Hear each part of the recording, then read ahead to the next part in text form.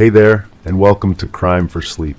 I know you're having trouble falling asleep, so let me keep you company with true crime stories from around the world. Before we dive in, I'm curious, where did you first hear this one? If you enjoy these stories, don't forget to like, comment, and subscribe. Now get comfortable, and let's get into tonight's case.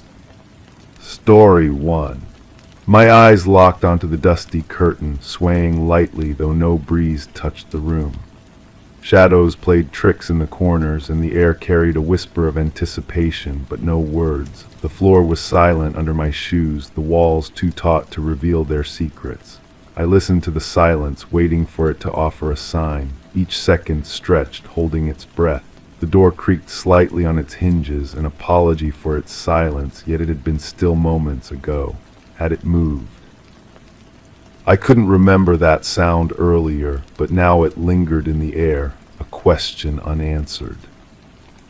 The fabric feels different now, heavier. When I first touched it, was that yesterday or weeks ago it seemed lighter, almost weightless between my fingers. Memory shifts like sand. I remember her voice through the telephone, how it cracked when she said the word missing. Or maybe she said lost. The distinction matters, though I can't recall why. I used to think investigations were about finding answers, linear progressions from question to solution. But standing here, watching dust motes dance in afternoon light that shouldn't exist in this windowless space, I understand that some cases don't resolve. They dissolve, becoming part of you like sediment in still water. The notebook in my jacket pocket contains 17 pages of observations. I count them obsessively, as if the number might change, might reveal something I missed. Page 7 has a coffee stain shaped like a bird. Page 12 is torn at the corner. Did I do that, or was it already damaged when I bought it? These details feel crucial, though I can't explain why. She lived alone, the woman who called. I visited her apartment twice, maybe 3 times. The kitchen smelled of vanilla and something else, something medicinal. She kept her hands folded when she spoke, fingers interlaced so tightly the knuckles went white. Her story changed each time, small variations that might have been natural inconsistencies or deliberate omissions. He always came home, she said during our first conversation. Then later, he usually came home. By the third telling, he said he would come home. The progression haunts me, how certainty erodes, how memory reshapes itself to accommodate doubt. I found myself returning to that room, the one with the curtain. Not officially the case was closed or suspended or simply forgotten.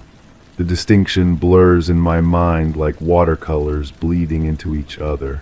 I came back because something felt unfinished, a sentence without punctuation. The building superintendent gave me access, though I'm not sure I asked for it properly. He seemed to know why I was there before I explained. His keys jangled as he walked, a sound that echoed longer than it should have in the narrow hallway. He left me alone without instructions, as if my purpose was self-evident.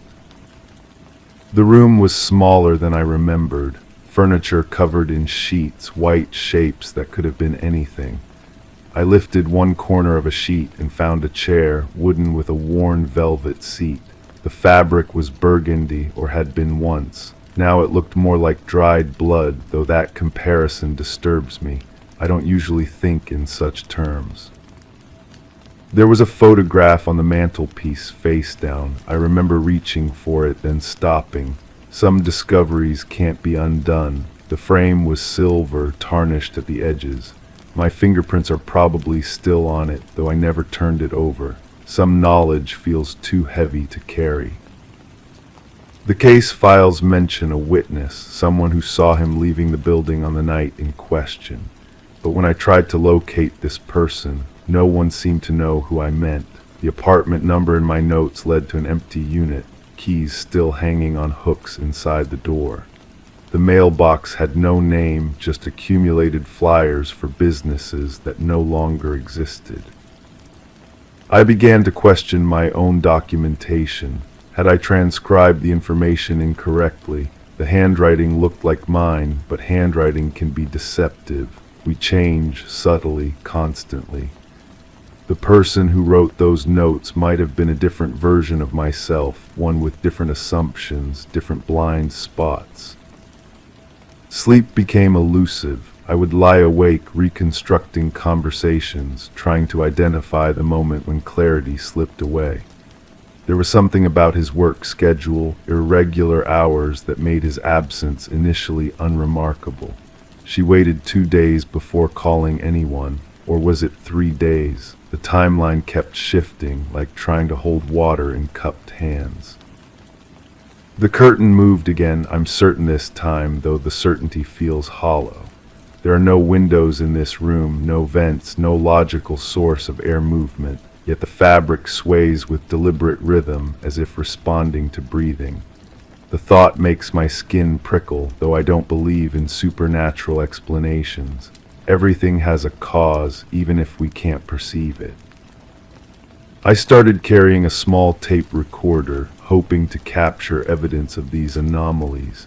But when I played back the recordings, they contained only silence and the sound of my own breathing. The mechanical clicks of the device starting and stopping seemed unnaturally loud, intrusive. I wondered if I was documenting the wrong things, focusing on effects while ignoring causes. Her phone calls became more frequent. Always at odd hours, her voice increasingly strained. She would ask if I had found anything new, though she never specified what she hoped I might discover. Sometimes she would mention details that contradicted her earlier statements: a different color shirt, a different time of departure, a different expression on his face during their last conversation. "You have to understand," she said during one late-night call, "he wasn't the kind of person who just disappeared." But what kind of person was he? Her descriptions painted contradictory portraits: responsible but impulsive, predictable but mysterious, devoted but distant. I began to suspect she was describing different people, or perhaps different versions of the same person across time. The investigation stalled not from lack of evidence, but from an abundance of contradictory information. Every lead branched into multiple possibilities, each equally plausible and equally unlikely. I felt like I was trying to solve a puzzle with pieces from different boxes, forcing connections that didn't quite fit. I visited the room again during a rainstorm. Water leaked through the ceiling in 3 places, creating small pools on the hardwood floor. The sound was rhythmic, almost musical. I found myself listening for patterns, for messages encoded in the irregular dripping. This was when I first questioned my own objectivity, when I recognized how desperately I wanted the case to mean something. The curtain was different that day. Still dusty, still moving without apparent cause, but somehow more present, more insistent. I approached it slowly, the way one might approach a sleeping animal. When I touched the fabric, it felt warm, as if it had been hanging in sunlight. But the room remained windowless, lit only by a single overhead bulb that cast harsh shadows in all directions. Behind the curtain was a wall, nothing more. But the wallpaper was peeling in one corner, revealing layers beneath different patterns, different colors, different eras. I counted 5 distinct layers before losing track. How many families had lived here? How many stories had these walls absorbed? I found myself thinking about accumulation, about how places store memory in ways we don't fully understand. Maybe the movement of the curtain wasn't supernatural, but archaeological, the physical manifestation of all the air that had ever moved through this space, all the breath that had ever been drawn and released within these walls. The notebook grew heavier in my pocket. I added observations compulsively, though I was no longer sure what I was observing. Page 18 contained a single word: presence. I don't remember writing it, but the handwriting was unmistakably mine. The ink was different, though blue instead of black. When had I switched pens? She stopped calling. The silence was more disturbing than her late-night conversations had been. I tried calling her, but the number was disconnected. When I visited her apartment, a different name was on the mailbox. The new tenant, a young man with paint-stained fingers, claimed to have lived there for months. He had never heard of my caller, showed no recognition when I described her.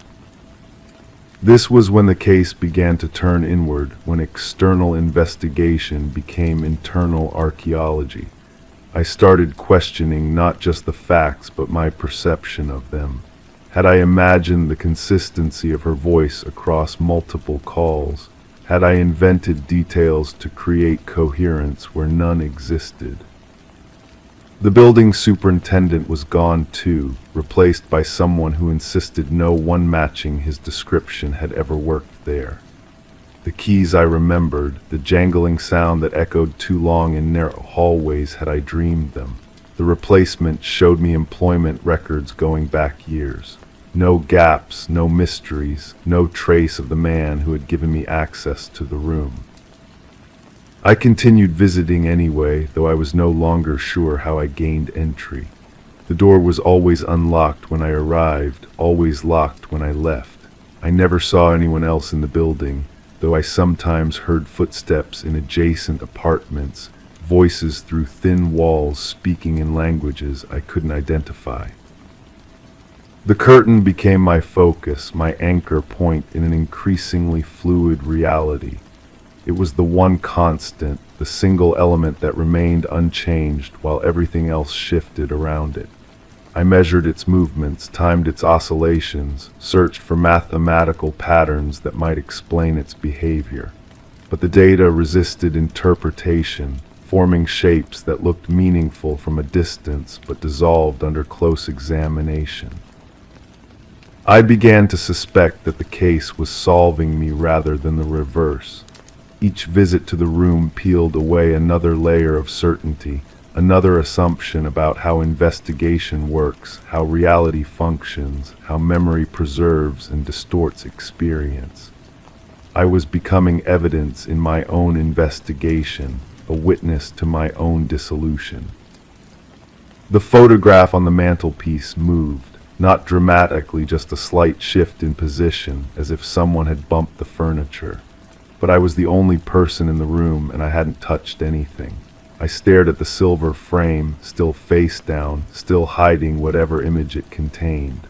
The urge to turn it over grew stronger with each visit, but so did my conviction that doing so would fundamentally alter something I wasn't prepared to change. Page 23 of my notebook contained a drawing I didn't remember making.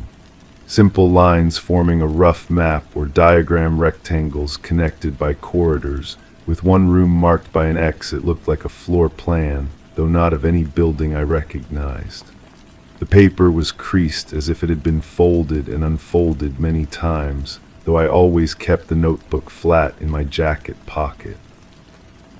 The woman's voice returned, but not through telephone calls. I heard it in the room sometimes, faint and directionless, as if emerging from the walls themselves. She was telling the same story, but backward now, starting with his absence and working toward their last conversation. The chronology felt more natural this way, more honest somehow.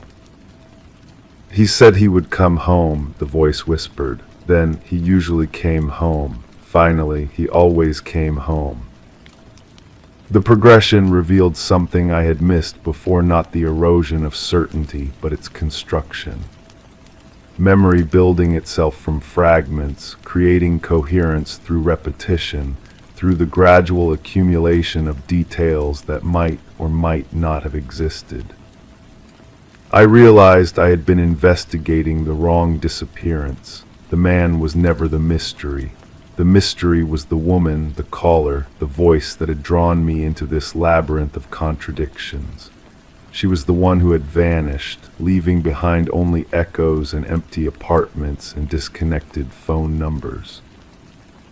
But even this revelation felt incomplete, like a solution that created more questions than it answered. If she had never existed, who had I been talking to? If she had existed but disappeared, why could no one else remember her? If she was real but I had imagined our conversations, what did that say about the reliability of my other observations? The curtain moved more violently during my final visit, though violent might be too strong a word. Agitated, perhaps, urgent. The fabric twisted and writhed as if trying to communicate something beyond the capacity of language. I watched for hours, taking notes that became increasingly illegible as my hand cramped and my vision blurred. When I finally left the room, I knew I wouldn't return, not because the case was solved, but because it had evolved beyond the need for solution. It had become something else entirely, a question that was also its own answer, a mystery that was most truthful when it remained mysterious. The notebook now contains 47 pages, though I remember buying a 50-page model. The missing pages might have been torn out, or perhaps they never existed. Memory is unreliable about such details, and I've learned not to trust my recollections absolutely. The coffee stain on page 7 has faded to a pale brown shadow that no longer resembles a bird. I sometimes hear her voice in other contexts, now in crowded restaurants, on busy streets, in the background of television programs. Always just at the edge of audibility, always saying something I can't quite catch. I've stopped trying to locate the source of these sounds. Some investigations are meant to remain perpetually in progress, forever approaching but never reaching their conclusions.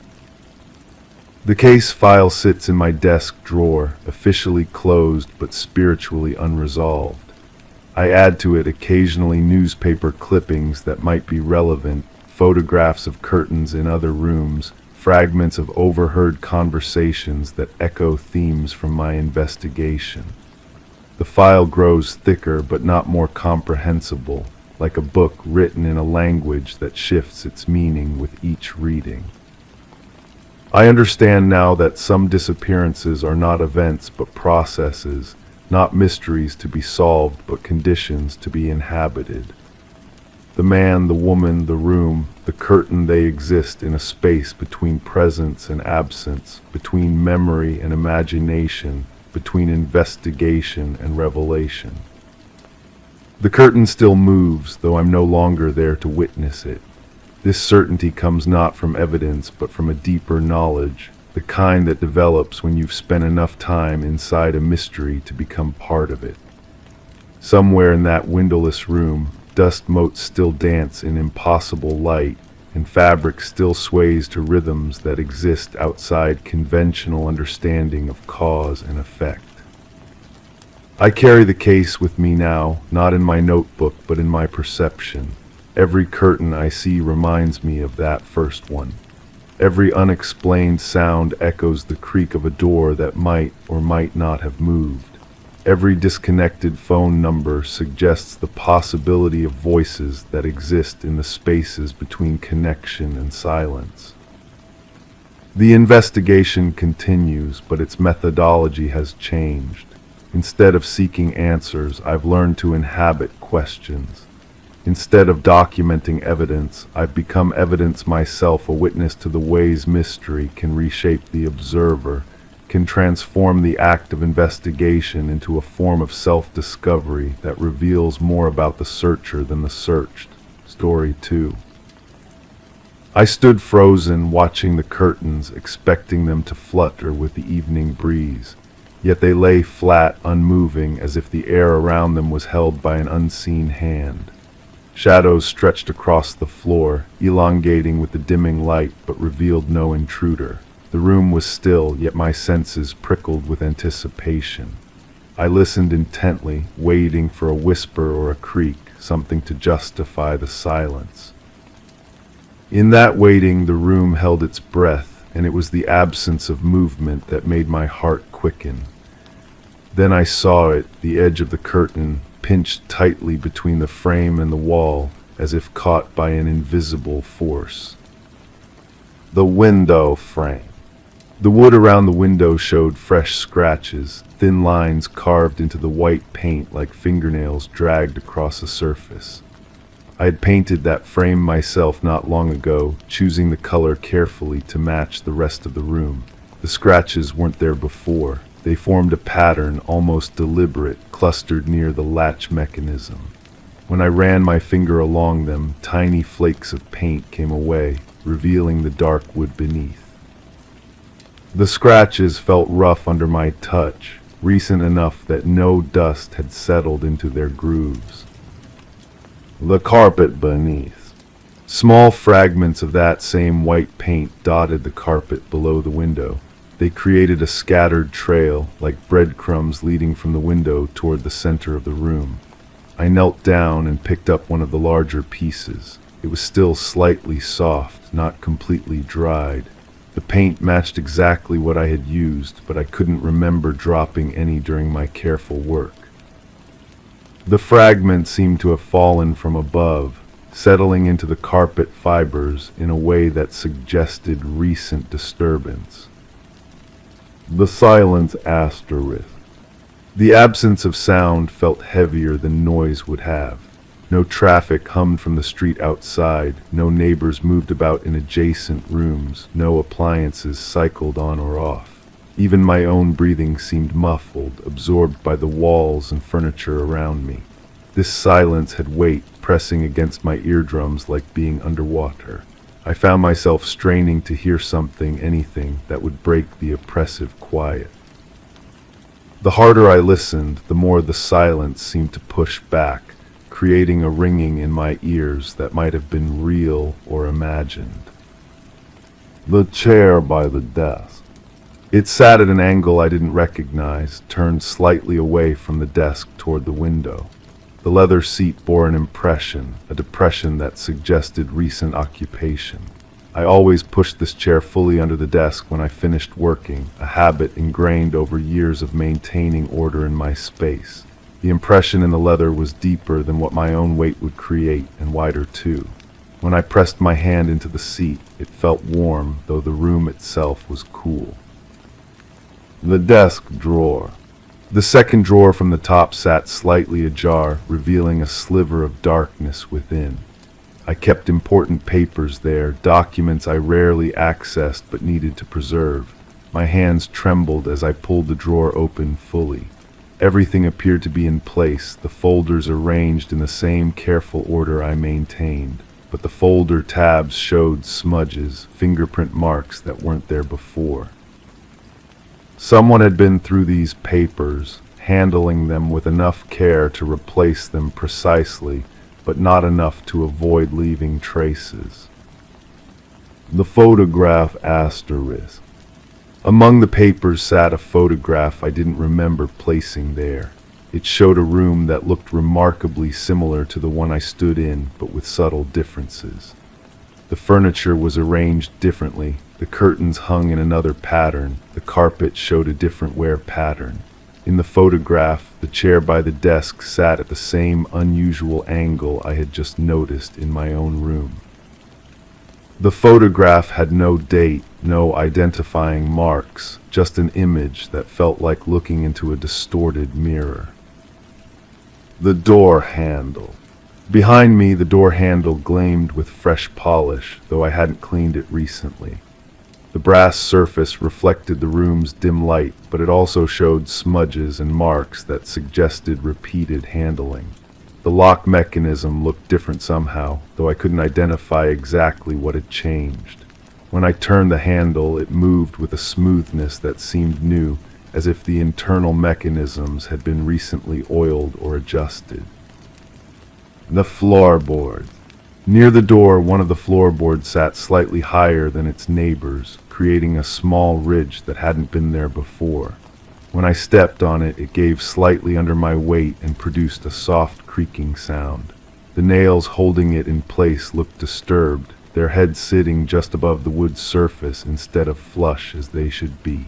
Something had been beneath this board, something that required access from above. The light switch. The wall switch felt different under my fingers, the plastic surface rougher than I remembered.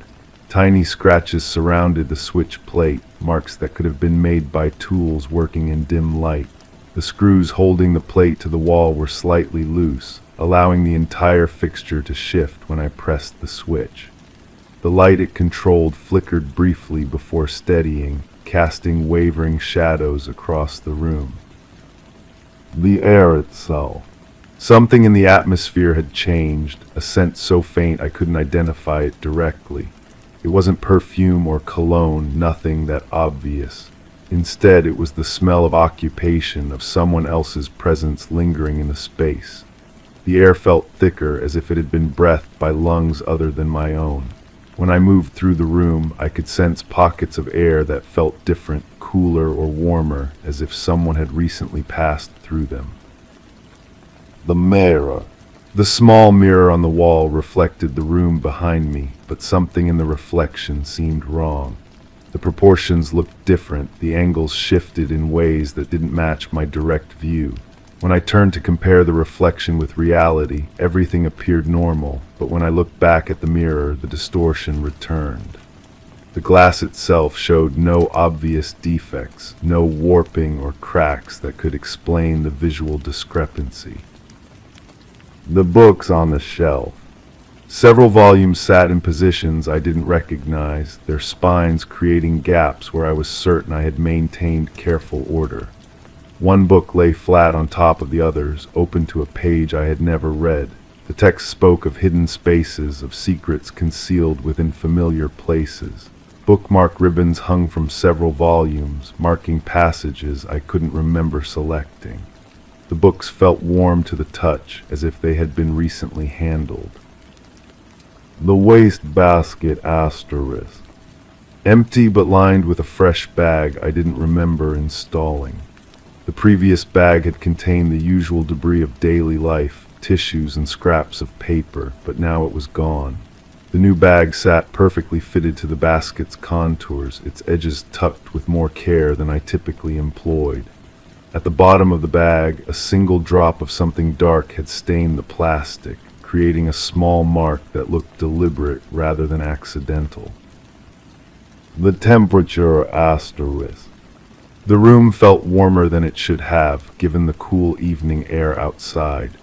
My skin detected variations in temperature as I moved about, warm spots and cool zones that created an invisible map of recent activity.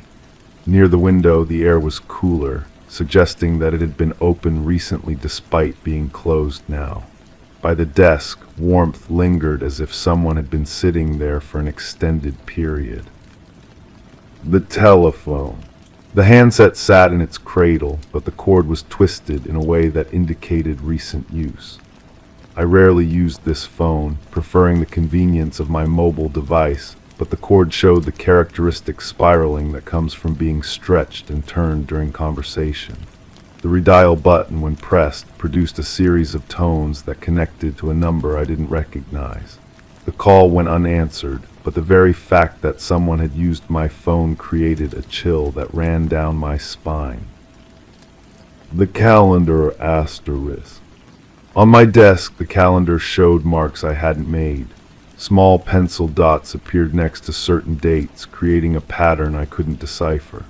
The marks were light, almost invisible unless viewed from the correct angle, but they were definitely there. They seemed to cluster around dates that had significance in my life, appointments and events I had planned but hadn't yet written down. Someone had been tracking my schedule with careful attention to detail. The curtain fabric. Returning to where my observation began, I examined the curtain more closely. The fabric showed signs of handling, wrinkles and creases that suggested it had been moved aside and then carefully repositioned. The hem was slightly damp, as if someone had touched it with wet fingers. When I lifted the curtain to examine the window behind it, I found that the glass was clean on the inside but bore smudges on the exterior surface, handprints that could only have been made from outside. The lock. The window lock was engaged, but the metal showed scratches around the mechanism that suggested it had been manipulated. These weren't the scratches of normal use, but the precise marks that come from tools designed to defeat such mechanisms. The lock still functioned, turning smoothly in both directions, but its security had been compromised. Someone had gained access and then carefully secured the window again upon leaving. The realization asterisk. Standing in the center of the room, I began to understand that every element I had observed was connected, part of a larger pattern of intrusion and concealment. Someone had been in my space, not as a casual intruder, but as a careful observer, studying my habits and routines with methodical precision. They had touched my belongings, read my papers, used my phone, and marked my calendar. The evidence was subtle but undeniable, a catalog of violation that left me feeling exposed and vulnerable. The final detail. As I prepared to leave the room, I noticed one last element that tied everything together. On the windowsill, barely visible in the dim light, sat a single drop of water. It was perfectly round, too perfect to be natural condensation. As I watched, it began to evaporate, leaving behind a small ring on the painted surface. The drop had been placed there deliberately, a signature left by someone who wanted me to know they had been present. In that moment, I realized that they might still be watching, waiting to see how I would respond to their carefully orchestrated message. The room held its secrets close, but it had revealed enough to change everything I thought I knew about my own safety and privacy. Story 3. The morning sun filtered through the lace curtains, casting intricate shadows on the hardwood floor. The air carried the faint aroma of fresh lilacs, mingling oddly with a sharp chemical scent. A breeze slipped through an ajar window, unsettling the dust that clung resolutely to the neglected piano. Everything seemed untouched, yet the chilling draft whispered of an absence that was never meant to be filled. I stood in the doorway, my fingers still wrapped around the brass key she had given me. The metal felt unusually warm against my palm, as if someone else had been holding it moments before. The house breathed around me with the subtle creaks of settling wood, but there was something else beneath those familiar sounds, a rhythm that didn't belong. The chemical smell grew stronger as I moved deeper into the living room. It reminded me of the cleaning solution she used on the bathroom tiles, but sharper, more concentrated. The kind of smell that makes you hold your breath without realizing why. I found myself walking carefully, as if the floorboards might give way beneath my weight, though I had walked across them countless times before. The piano bench sat askew, just enough to catch my attention. She was meticulous about keeping everything in its place. The sheet music remained stacked neatly on top of the instrument, but when I looked closer, the pages were arranged differently than I remembered. The piece on top was something I had never seen her play, something with harsh, angular notes that seemed to cut across the staff. I called her name softly, though I already knew she wouldn't answer. The silence that followed felt deliberate, as if the house itself was choosing not to respond. My voice seemed to hang in the air longer than it should have, mixing with the dust motes that danced in the filtered sunlight. The kitchen revealed more inconsistencies. A coffee cup sat on the counter, still bearing the faint brown ring of liquid that had evaporated, but she never drank coffee from that particular cup. It was part of a set she kept for guests, the ones with the delicate blue flowers around the rim. The everyday cups remained in their usual spots in the cabinet, untouched and clean. I opened the refrigerator without thinking, perhaps hoping to find some clue about her routine, her plans. The shelves were organized as always, but there was a container I didn't recognize. Something in a clear plastic tub that looked like it might have been soup, though the color seemed wrong, too pale, almost translucent. When I lifted it to examine it more closely, the contents shifted in a way that made my stomach turn. The phone on the kitchen wall showed no messages, but the receiver felt sticky when I picked it up to check. I found myself wiping my hand on my jeans afterward, though I couldn't identify what had been on the plastic surface. The dial tone hummed steadily in my ear, ordinary and reassuring, until I noticed it seemed to pulse with an irregular rhythm. Upstairs, her bedroom door stood partially open. I had never been invited into that space, and even now, with the key in my possession and her obvious absence, I hesitated at the threshold. The bed was made with military precision, the corners tucked and smooth, but there were impressions in the comforter as if someone had been sitting on the edge, two distinct depressions side by side. The dresser mirror reflected my own uncertain face, but for a moment I thought I saw movement behind me. When I turned, there was nothing but the hallway I had just walked through. The mirror's surface was clean except for a small smudge near the bottom corner, roughly the size of a fingerprint. When I leaned closer to examine it, I realized it was on the back side of the glass, impossible to reach or clean. Her closet contained the expected array of conservative dresses and sensible shoes, but hanging in the very back was something that didn't fit the pattern. A red silk blouse, still bearing tags, expensive enough to represent a significant purchase for someone on her budget. The fabric felt impossibly smooth between my fingers, and when I held it up to the light, I could see it had never been worn. I found myself drawn back to the living room, to the piano that dominated the space. The keys were yellowed with age, some more than others, creating a map of the melodies she played most often. But when I pressed middle C, the note that rang out seemed wrong, slightly flat or sharp in a way that made my teeth ache. I tried the adjacent keys, and they too produced sounds that felt discordant, as if the instrument had been deliberately retuned. The sheet music on top contained penciled notations in a handwriting I didn't recognize. The script was angular and hurried, unlike her careful, rounded letters. Some of the notes had been circled, others crossed out entirely. At the bottom of the page, someone had written a single word that I couldn't decipher, the letters blurred as if they had been written while the pencil was moving too quickly. The chemical smell seemed to be coming from beneath the piano. I knelt on the hardwood floor and peered into the shadows under the instrument. There was something there, pushed far back against the wall. A small bottle, the kind that might contain medicine or cleaning solution. When I reached for it, my fingers came away damp, though I couldn't tell if it was from the bottle itself or from moisture that had collected on the floor. The bottle was unmarked, containing a clear liquid that could have been anything. Water, vodka, some kind of solvent. When I unscrewed the cap, the chemical smell intensified, making my eyes water. I replaced the cap quickly and set the bottle on the piano bench, where it seemed to catch the light in an unsettling way. I tried to remember the last conversation we had shared.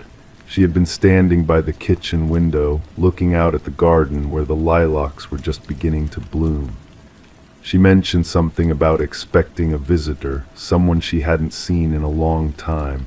When I asked who, she had smiled in a way that didn't reach her eyes and changed the subject. The garden was visible from where I now stood in the living room. The lilac bushes were indeed in full bloom, their purple clusters heavy with morning dew. But there were footprints in the soft earth beneath the window, impressions that looked fresh despite the fact that she was supposed to have been gone for several days. The prints were larger than her feet, and they seemed to lead from the flower bed toward the back of the property, where a line of trees blocked my view.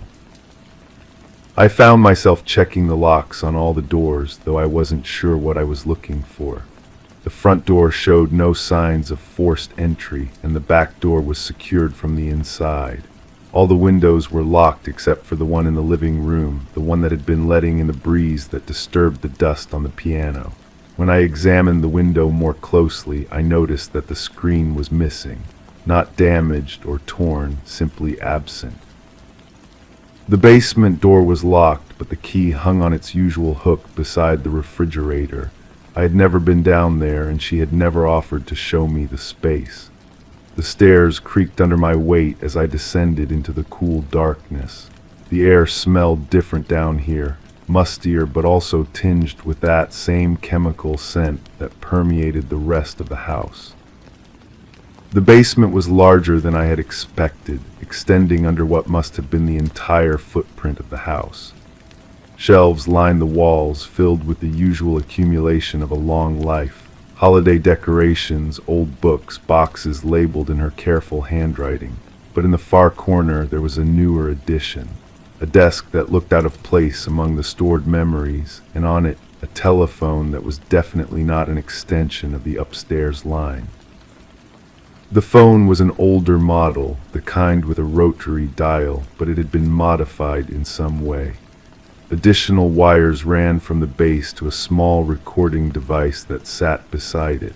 When I pressed the play button, the machine whirred to life, producing a conversation that made my hands shake. Her voice was unmistakable, but she was speaking to someone in a tone I had never heard her use. Cold, calculating, discussing arrangements that involved money and timing and consequences. The other voice was harder to identify, distorted by the poor quality of the recording, but there was something familiar about the cadence, the way certain words were emphasized. I rewound the tape and played it again, trying to make sense of what I was hearing. The conversation seemed to be about a transaction of some kind, though the specifics were couched in language that could have meant anything. References to the package and the delivery, and making sure there were no complications. The recording ended abruptly, as if someone had disconnected the call without warning. The desk drawers were locked, but the keys were in the top center drawer, as if she hadn't been concerned about anyone finding them. Inside, I discovered a collection of documents that painted a picture I couldn't reconcile with the woman I thought I knew. Bank statements showing large deposits and withdrawals, correspondence with people whose names meant nothing to me, and photographs of places I had never seen her visit. One photograph in particular caught my attention. It showed her standing beside a car I didn't recognize, but she wasn't alone. There was someone else in the frame, though their face had been carefully scratched out with what looked like a pen or pencil. The scratches were so deep they had torn through the paper in places, suggesting whoever had defaced the image had been driven by strong emotion. I climbed back upstairs with more questions than answers, the recording device tucked under my arm. The house felt different now, as if my presence in the basement had somehow altered its fundamental nature. The shadows seemed deeper, the silence more oppressive. Even the lilac scent from the garden seemed cloying, almost artificial. The coffee cup in the kitchen had been moved. I was certain I had left it beside the sink, but now it sat in the center of the table, positioned as if someone had been using it recently. When I touched the ceramic surface, it was still warm. I called the police from the upstairs phone, though I wasn't sure what to report. A missing person, perhaps, though I had no proof that anything had happened to her. Suspicious circumstances, though I couldn't articulate what made them suspicious. The officer who took my call was polite but skeptical, asking questions I couldn't answer satisfactorily. While I waited for them to arrive, I sat at the kitchen table and tried to piece together a timeline that made sense. The last time I had seen her, she had given me the key and asked me to check on the house while she was away. She said she would be visiting relatives, though she had never mentioned having family before. She said she would be gone for a week, maybe longer, depending on circumstances she didn't specify. That had been 4 days ago, though now I found myself questioning even that basic fact. Had it been 4 days or longer, the memory felt slippery, as if trying to hold on to water. I remembered the conversation, but the details kept shifting when I tried to focus on them. The police arrived as the afternoon sun was beginning to slant through the windows at a different angle. Two officers, both younger than I had expected, both wearing expressions that suggested they had already decided this was a waste of their time.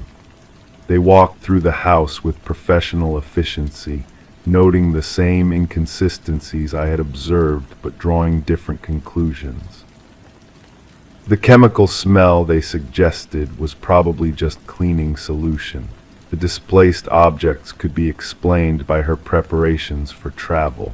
The recording equipment in the basement was unusual but not necessarily sinister. People recorded phone conversations for all sorts of reasons. The missing screen from the living room window had probably been removed for cleaning and not yet replaced.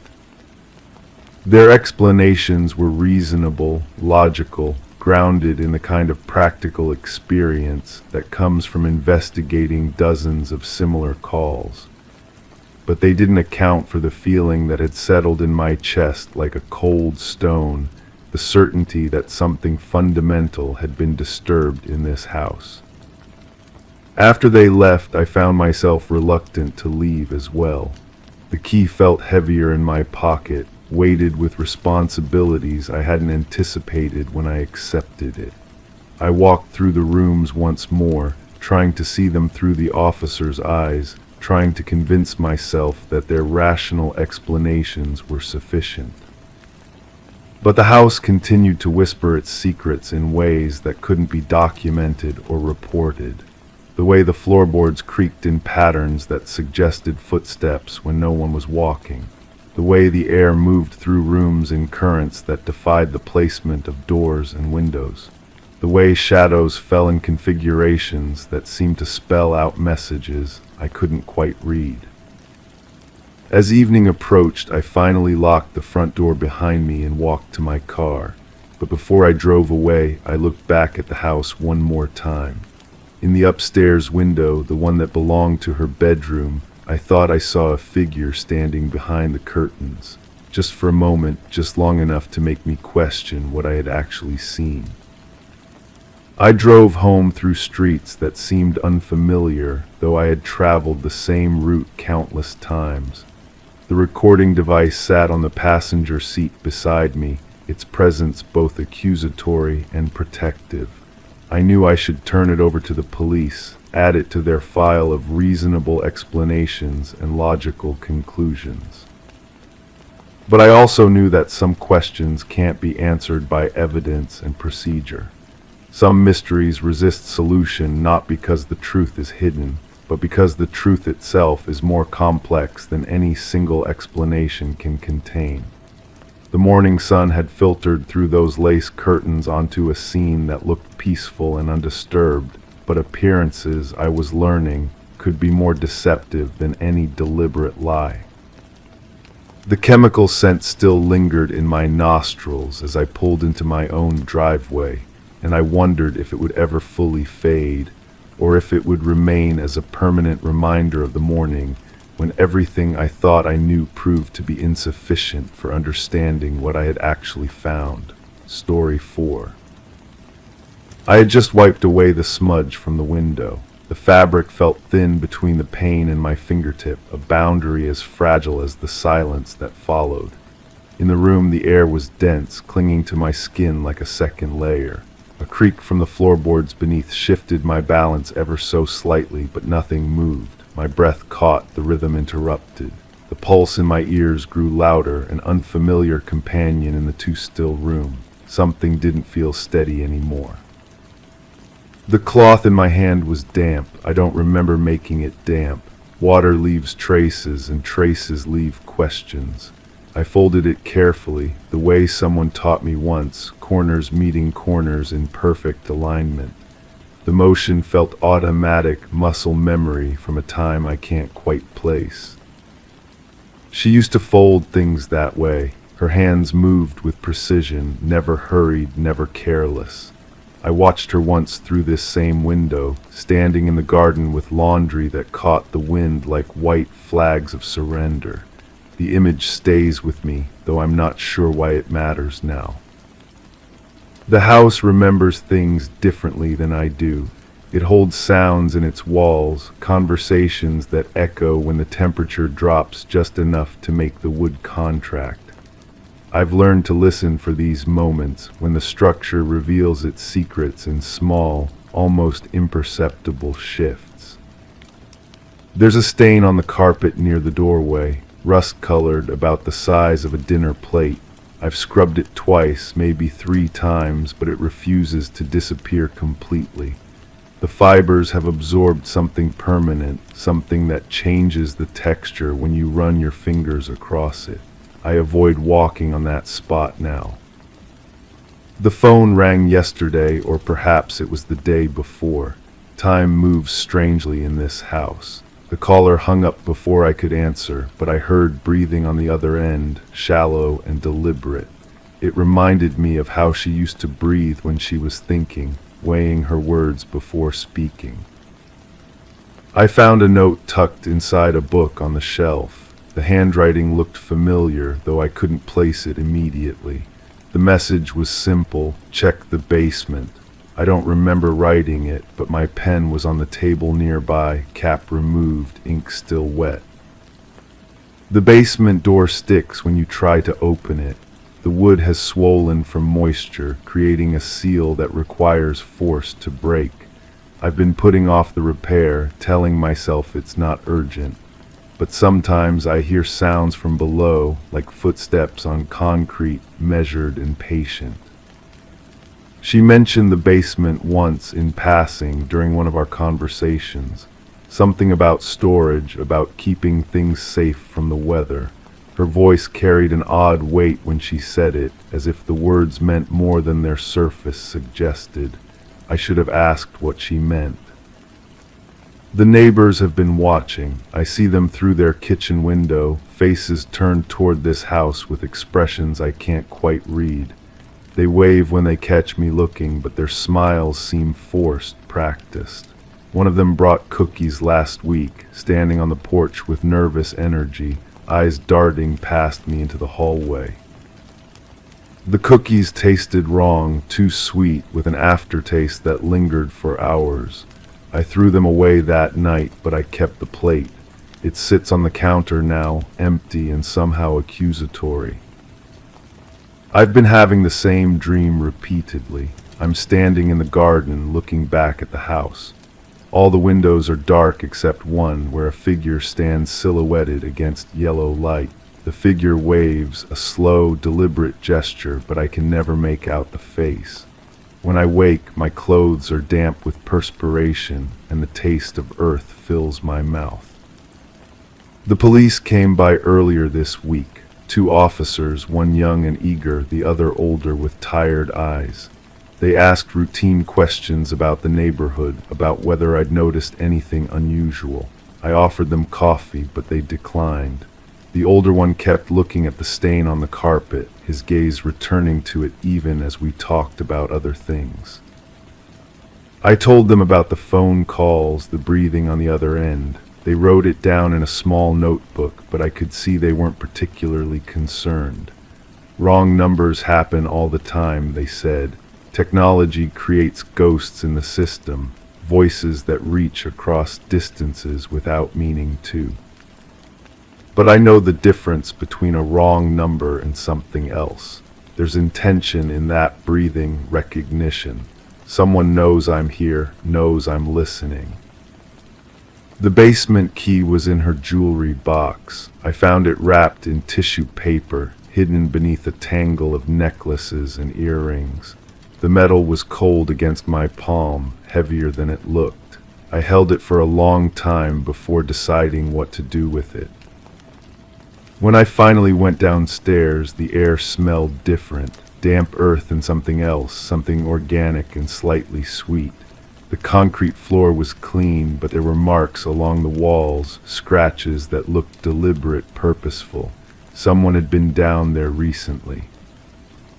I found boxes stacked in the corner, labeled in that same familiar handwriting. Personal items, photographs, documents, things that belonged to someone who was no longer here to claim them. I opened one box and immediately closed it again. Some discoveries require preparation, mental fortification.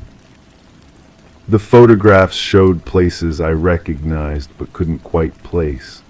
A park bench beside a pond, a street corner with a distinctive lamppost, a coffee shop with checkered tiles.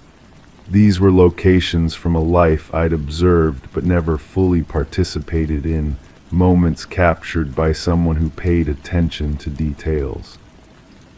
There was a receipt tucked between the photographs, a hardware store purchase, rope, plastic sheeting, cleaning supplies. The date was recent enough to matter, but old enough to have been forgotten by most people. I stared at it until the numbers blurred together. The rope is still down there, coiled neatly beside the water heater. It looks unused, but appearances can be deceiving. Rope holds memory in its fibers, stretches and compressions that tell stories to those who know how to read them. I touched it once and immediately pulled my hand away. She was afraid of something in those final weeks. I could see it in the way she moved, constantly checking over her shoulder, double-locking doors that had never needed extra security. When I asked about it, she laughed it off, claimed it was just stress from work, but her laugh sounded hollow, performed. The last time we spoke, she mentioned going away for a while, a trip to clear her head, she said. She'd be in touch when she got settled. That was weeks ago, maybe longer. Time has a way of stretching when you're waiting for contact that never comes. I've been checking her mail just to make sure nothing important gets lost. Bills continue to arrive, advertisements, catalogs for things she'll never order. There's something unsettling about the persistence of commerce, the way the world continues to expect participation from someone who's no longer participating. The garden is overgrown now. Weeds have claimed the spaces where she used to plant flowers, aggressive growth that seems almost vindictive. I should tend to it, maintain what she started, but every time I step outside with tools, I lose momentum. The earth feels different under my feet, less stable. There's a spot near the back fence where the ground has settled unevenly, a depression about 6 feet long, 2 feet wide. I noticed it after the heavy rains last month when the water pooled in strange patterns. The soil there is darker, richer, as if it's been recently disturbed and allowed to resettle. I measured the depression yesterday. The dimensions are precise, deliberate, not the kind of settling that happens naturally over time, but something more intentional. Someone took care to make sure the measurements were exact. The neighbor's dog refuses to walk past that section of the fence. It pulls against its leash, whimpering softly, eyes fixed on something I can't see. Animals sense things we've trained ourselves to ignore, frequencies of wrongness that register below conscious awareness. I've started sleeping poorly, not insomnia exactly, but a restless half-consciousness where dreams and waking thoughts blend together. I find myself standing at windows in the middle of the night, looking out at the garden, searching for movement in the shadows. The phone calls have stopped. The silence is somehow worse than the breathing. At least the calls suggested presence, someone on the other end acknowledging my existence. Now there's just the empty line, the dial tone that stretches into nothing. I went back to the basement yesterday. The boxes had been moved, not dramatically, just shifted slightly, as if someone had been looking through them and tried to replace them exactly. But I have a good memory for spatial relationships, and the angles were wrong. Someone else has a key, someone else knows about the basement, about the boxes, about the things hidden in tissue paper and shadow. The house isn't as secure as I thought, isn't as private as I needed it to be. I found muddy footprints on the basement stairs this morning. They weren't there yesterday, I'm certain of that. The prints are small, narrow, with a distinctive wear pattern on the left heel. I've seen that pattern before, pressed into garden soil, marked in the soft earth near the back fence. The police officer's card is still on my refrigerator, the older one with tired eyes who kept looking at the carpet stain. I could call him, report the footprints, the moved boxes, the settled ground in the garden.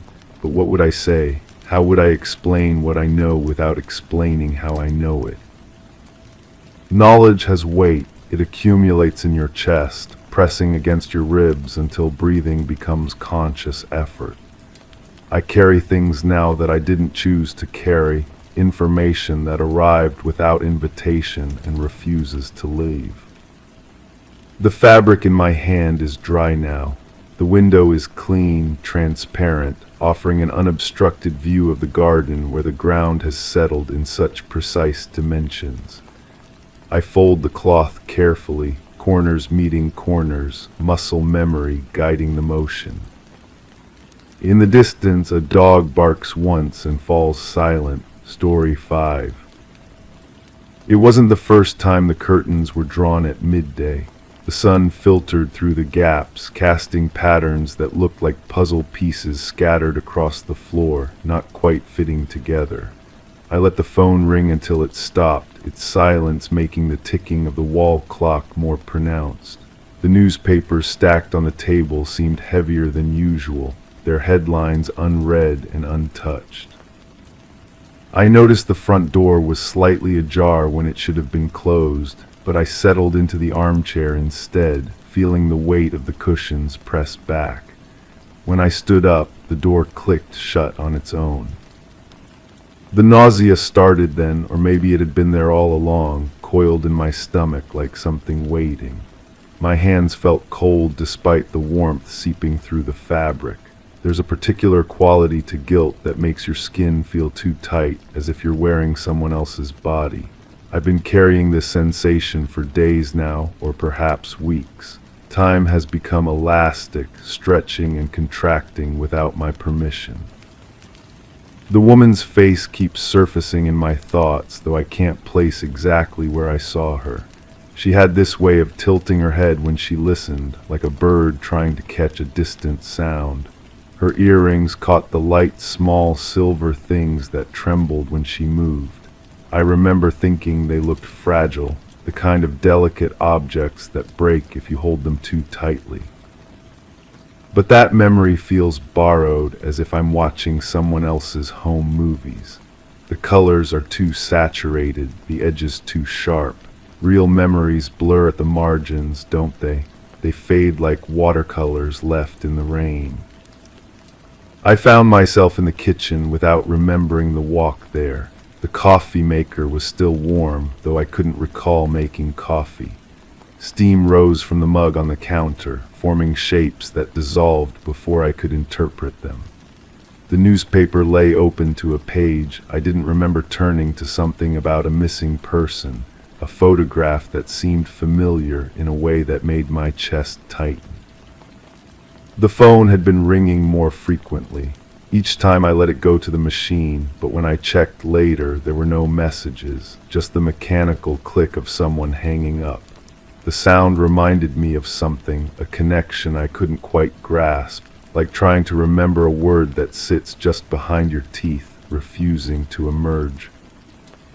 She had been wearing a blue dress. No, that's not right. It was green, the color of deep water, or was it gray? Memory is a liar, reshaping itself each time you touch it. I can see her hands clearly, though long fingers, no wedding ring, a small scar across the knuckle of her index finger. She kept touching that scar when she spoke, a nervous habit that made me want to reach out and still her hand. The basement door stands open now. I don't remember opening it, but these days I don't remember a lot of things. The darkness below seems to breathe, expanding and contracting like lungs. There's a smell rising from down there, something sweet and cloying that makes me think of flowers left too long in water, funeral flowers. But that's impossible. I haven't been to any funerals lately. The conversation replays in fragments. Her voice had a slight rasp, as if she'd been talking for hours or had just woken up. She asked about the advertisement, the one I'd placed in the paper. What advertisement? I can't recall placing any advertisement, yet I heard myself responding as if I knew exactly what she meant. My voice sounded different on the phone, more confident than I felt. We arranged to meet, that much I remember clearly, though everything else shifts like sand. The location was my suggestion, somewhere quiet, I said, somewhere we could talk without interruption. She agreed too quickly, with an eagerness that should have warned me of something, though I'm not sure what. The armchair still holds the impression of my body, a depression in the fabric that looks like a shallow grave. I avoid sitting there now, preferring to stand by the window where I can watch the street. Cars pass at regular intervals, their occupants hidden behind tinted glass. Sometimes one slows down and I step back from the curtain, my heart hammering against my ribs. Paranoia tastes metallic, like blood or old coins. It coats the inside of your mouth and makes everything else seem flavorless. I've been eating less, sleeping in fragments. Dreams bleed into waking hours until I can't distinguish between what happened and what I feared might happen. The woman arrived exactly on time. I watched her walk up the front path, noting how she moved with purpose, her heels clicking against the concrete in a steady rhythm. She paused at the door, checking her reflection in the glass panel, smoothing her hair with those long fingers.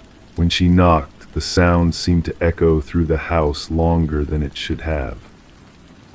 I opened the door before the echoes faded. She smiled, but it didn't reach her eyes. There was something calculating in her expression, as if she were measuring me against some internal standard. We shook hands. Hers was warm, mine felt like ice. She commented on the house, how quiet the neighborhood seemed, how private. The way she said private made my skin crawl. But did we shake hands? The memory feels rehearsed, like a scene from a play I've watched too many times. Maybe we didn't touch at all. Maybe she stepped inside without invitation, moving through my space as if she owned it. Memory lies, reshapes, betrays. I can't trust what I think I remember. The basement door calls to me now with increasing frequency. Each time I pass it, I feel drawn to look down into that breathing darkness. The sweet smell has grown stronger, or maybe my senses have become more acute. Guilt sharpens everything, colors become more vivid, sounds more penetrating, smells more distinct. It's as if my body is trying to compensate for the numbness in my mind. We talked for what felt like hours. She sat in the armchair, the one that now holds phantom impressions, and I remained standing by the window. She asked questions I can't quite remember, and I gave answers that seemed to satisfy her. The conversation had a dreamlike quality, words floating between us without quite landing. I remember watching her mouth move and thinking how small her teeth were, like a child's teeth in an adult's face. The phone rang during our conversation. I let it ring just as I always do, but she looked startled by the sound. Her hand flew to her throat, fingers wrapping around something I couldn't see, a necklace perhaps, or just her own pulse. When the ringing stopped, she laughed, but the sound was hollow, forced. That's when I noticed the way she kept glancing toward the basement door, not directly, but in quick, furtive looks when she thought I wasn't watching, as if she knew something was down there, something I'd forgotten or chosen not to remember. Her nervousness was contagious, seeping into my skin like cold water. The newspapers on the table seem to multiply when I'm not looking. Each morning there are more of them, their headlines blurring together into a chorus of tragedy and loss. Missing persons, unsolved cases, families searching for answers they may never find. I don't remember subscribing to so many papers, yet they keep arriving, piling up like accusations. She stood up suddenly, smoothing down her dress with those nervous hands. The movement was abrupt, as if she'd heard something I couldn't perceive. Her eyes darted around the room, taking in details with the intensity of someone memorizing a crime scene. When she looked at me, I saw something I hadn't noticed before: fear. Not the kind of fear that comes from surprise, but the deep, bone-cold fear of recognition. Did she know something I didn't, or did she know something I was trying to forget? The conversation ended as abruptly as it had begun. She gathered her purse, checked her phone, made excuses about another appointment, but her movements were too quick, too rehearsed. She was fleeing, though from what I couldn't say. I walked her to the door, our footsteps echoing differently now, as if the house had changed shape around us. At the threshold, she turned back. Her mouth opened as if she wanted to say something important, something that might explain the tension crackling between us like static electricity. But no words came. Instead, she touched that scar on her knuckle again, a gesture so familiar it made my chest ache with recognition I couldn't place. Then she was gone, her heels clicking down the path in the same steady rhythm, but faster now, urgent. I stood in the doorway watching until she disappeared around the corner, swallowed by the geometry of suburban streets.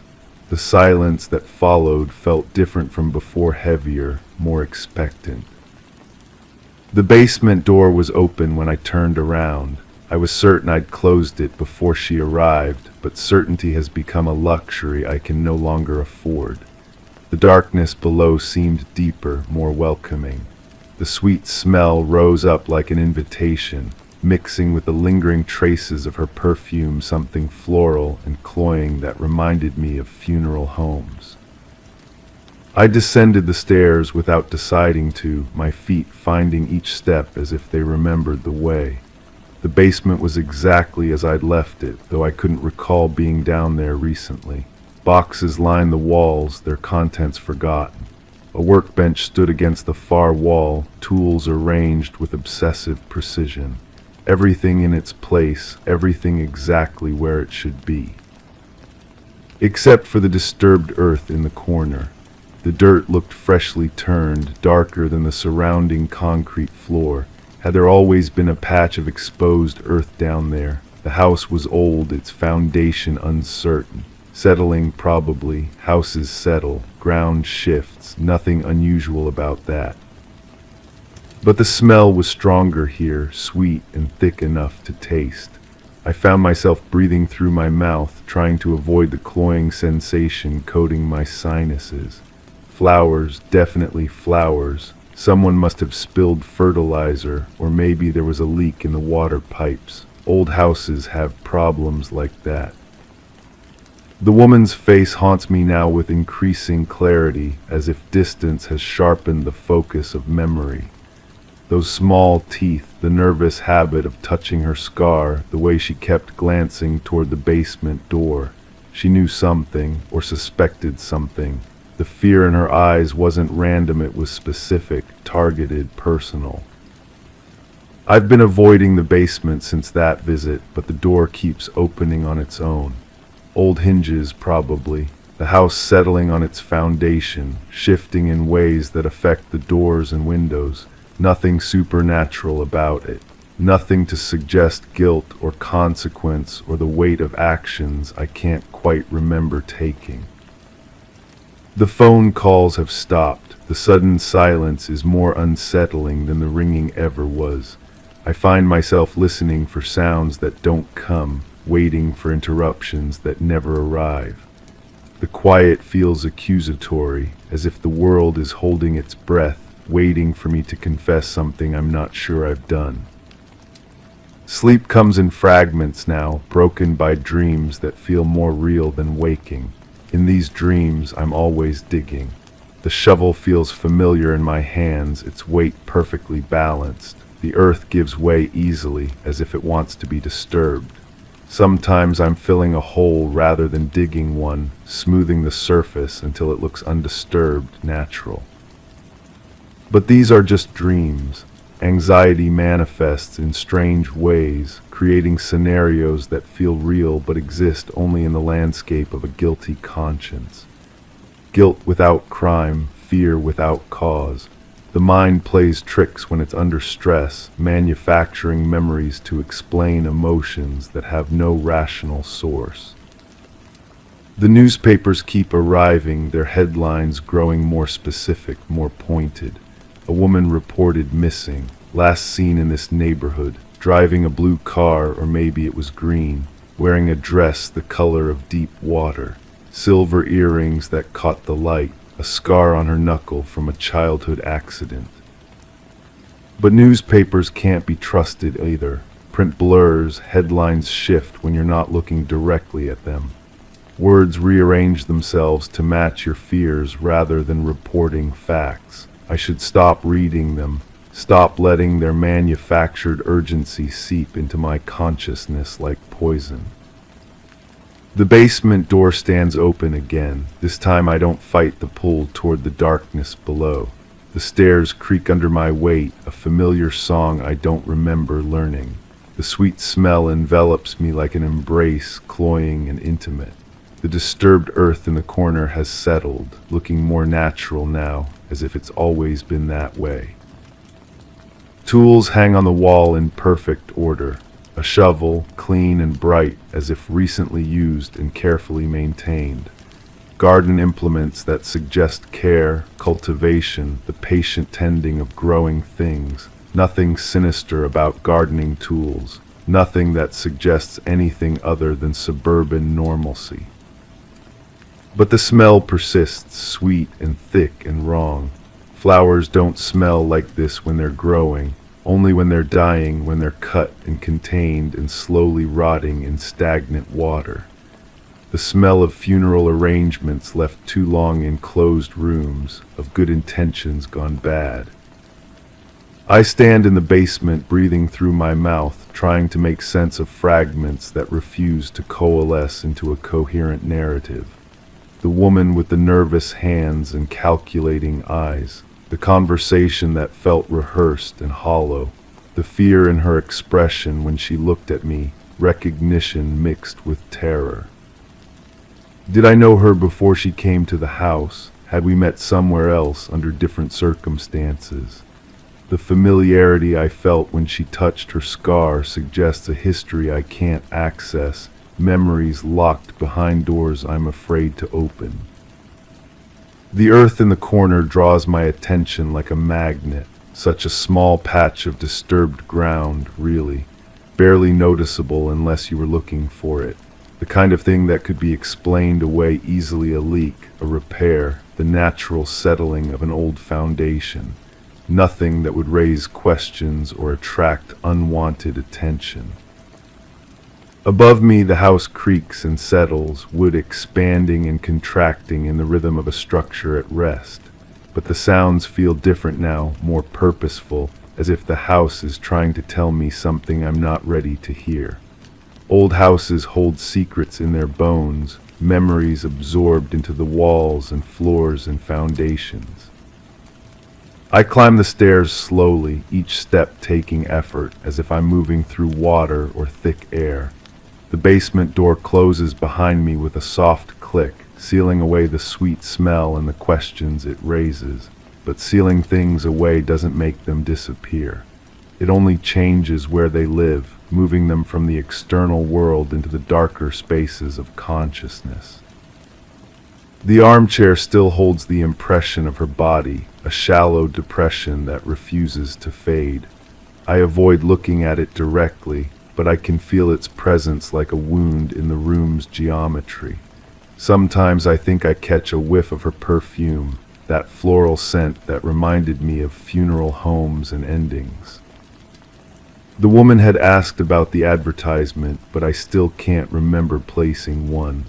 What was I advertising? What was I offering that would bring a stranger to my door with fear in her eyes and questions on her lips? The conversation replays in fragments, words without context, responses without questions. Memory is unreliable, reshaping itself each time it's accessed. But some things feel too specific to be manufactured, the way she tilted her head when listening, the small teeth, the nervous habit of touching her scar. These details feel earned, observed, real in a way that contradicts the dreamlike quality of everything else. The phone sits silent on its cradle, no longer demanding attention. The newspapers accumulate on the table, their headlines growing more urgent and specific with each passing day. A search is underway. Volunteers are combing the area. Family members are offering rewards for information. But information about what? And why do I feel implicated in a story I can't remember joining? The basement door calls to me with increasing insistence. Each time I pass it, I feel the pull of that sweet-smelling darkness below. The disturbed earth waits patiently, holding its secrets with the stolid reliability of good soil. Earth doesn't judge or question. It simply accepts what it's given and transforms it into something else, something useful. I find myself standing at the top of the basement stairs more frequently, breathing in that cloying sweetness and trying to make sense of the fragments floating in my consciousness. The woman's face grows clearer with each visit, as if proximity to that disturbed earth sharpens the focus of memory. She had been afraid but not surprised. Her fear was specific, informed, the kind that comes from knowing exactly what you're walking into. She had come to my house not as a stranger responding to an advertisement, but as someone following a trail that led inevitably to my door. The conversation hadn't been random. Her questions had been pointed, designed to elicit specific responses. She had been testing me, measuring my reactions against some internal standard. When she looked toward the basement door, it wasn't idle curiosity. She knew something was down there. But what did she know, and how did she know it? The tools in the basement hang in perfect order, each one clean and properly maintained. The shovel gleams as if recently polished, its blade showing no trace of use. But cleanliness can be suspicious too, suggesting effort to remove evidence rather than simple tidiness. I don't remember cleaning the shovel, but I don't remember using it either. Memory has become unreliable, full of gaps and inconsistencies that make me question everything I think I know about recent events.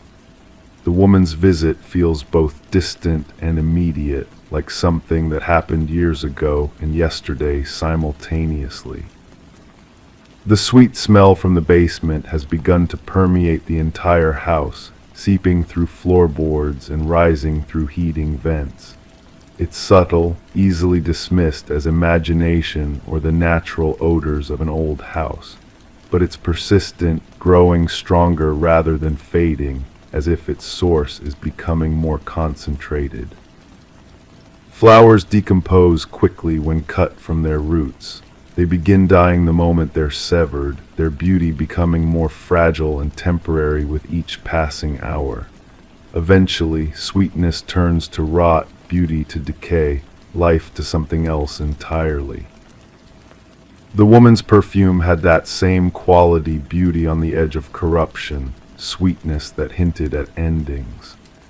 When she stood to leave, the scent lingered in the air like a ghost, mixing with the smell rising from the basement until I couldn't tell where one ended and the other began. I stand at the window now, watching the street with increasing vigilance. Cars pass at regular intervals, but some move more slowly than others, their occupants hidden behind tinted glass. Police cars, perhaps, or family members searching for answers that might be buried in the disturbed earth below my feet. The newspapers report progress in the investigation. Witnesses are coming forward. A timeline is being established. The woman's movements on her last known day are being traced with methodical precision. Each headline brings the search closer to my door, like a noose tightening incrementally. But I haven't done anything wrong. I can't remember doing anything wrong. The gaps in my memory are troubling, but they don't necessarily indicate guilt.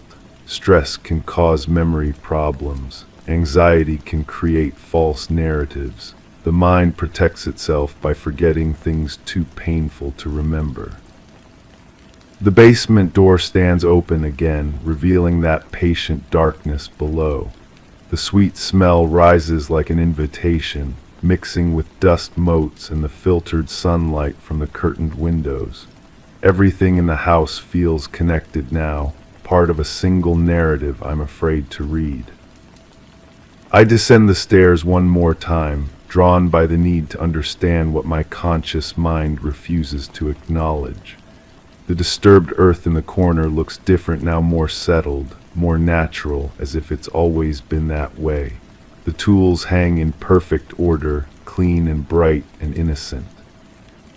But innocence can be performed just like guilt can be hidden.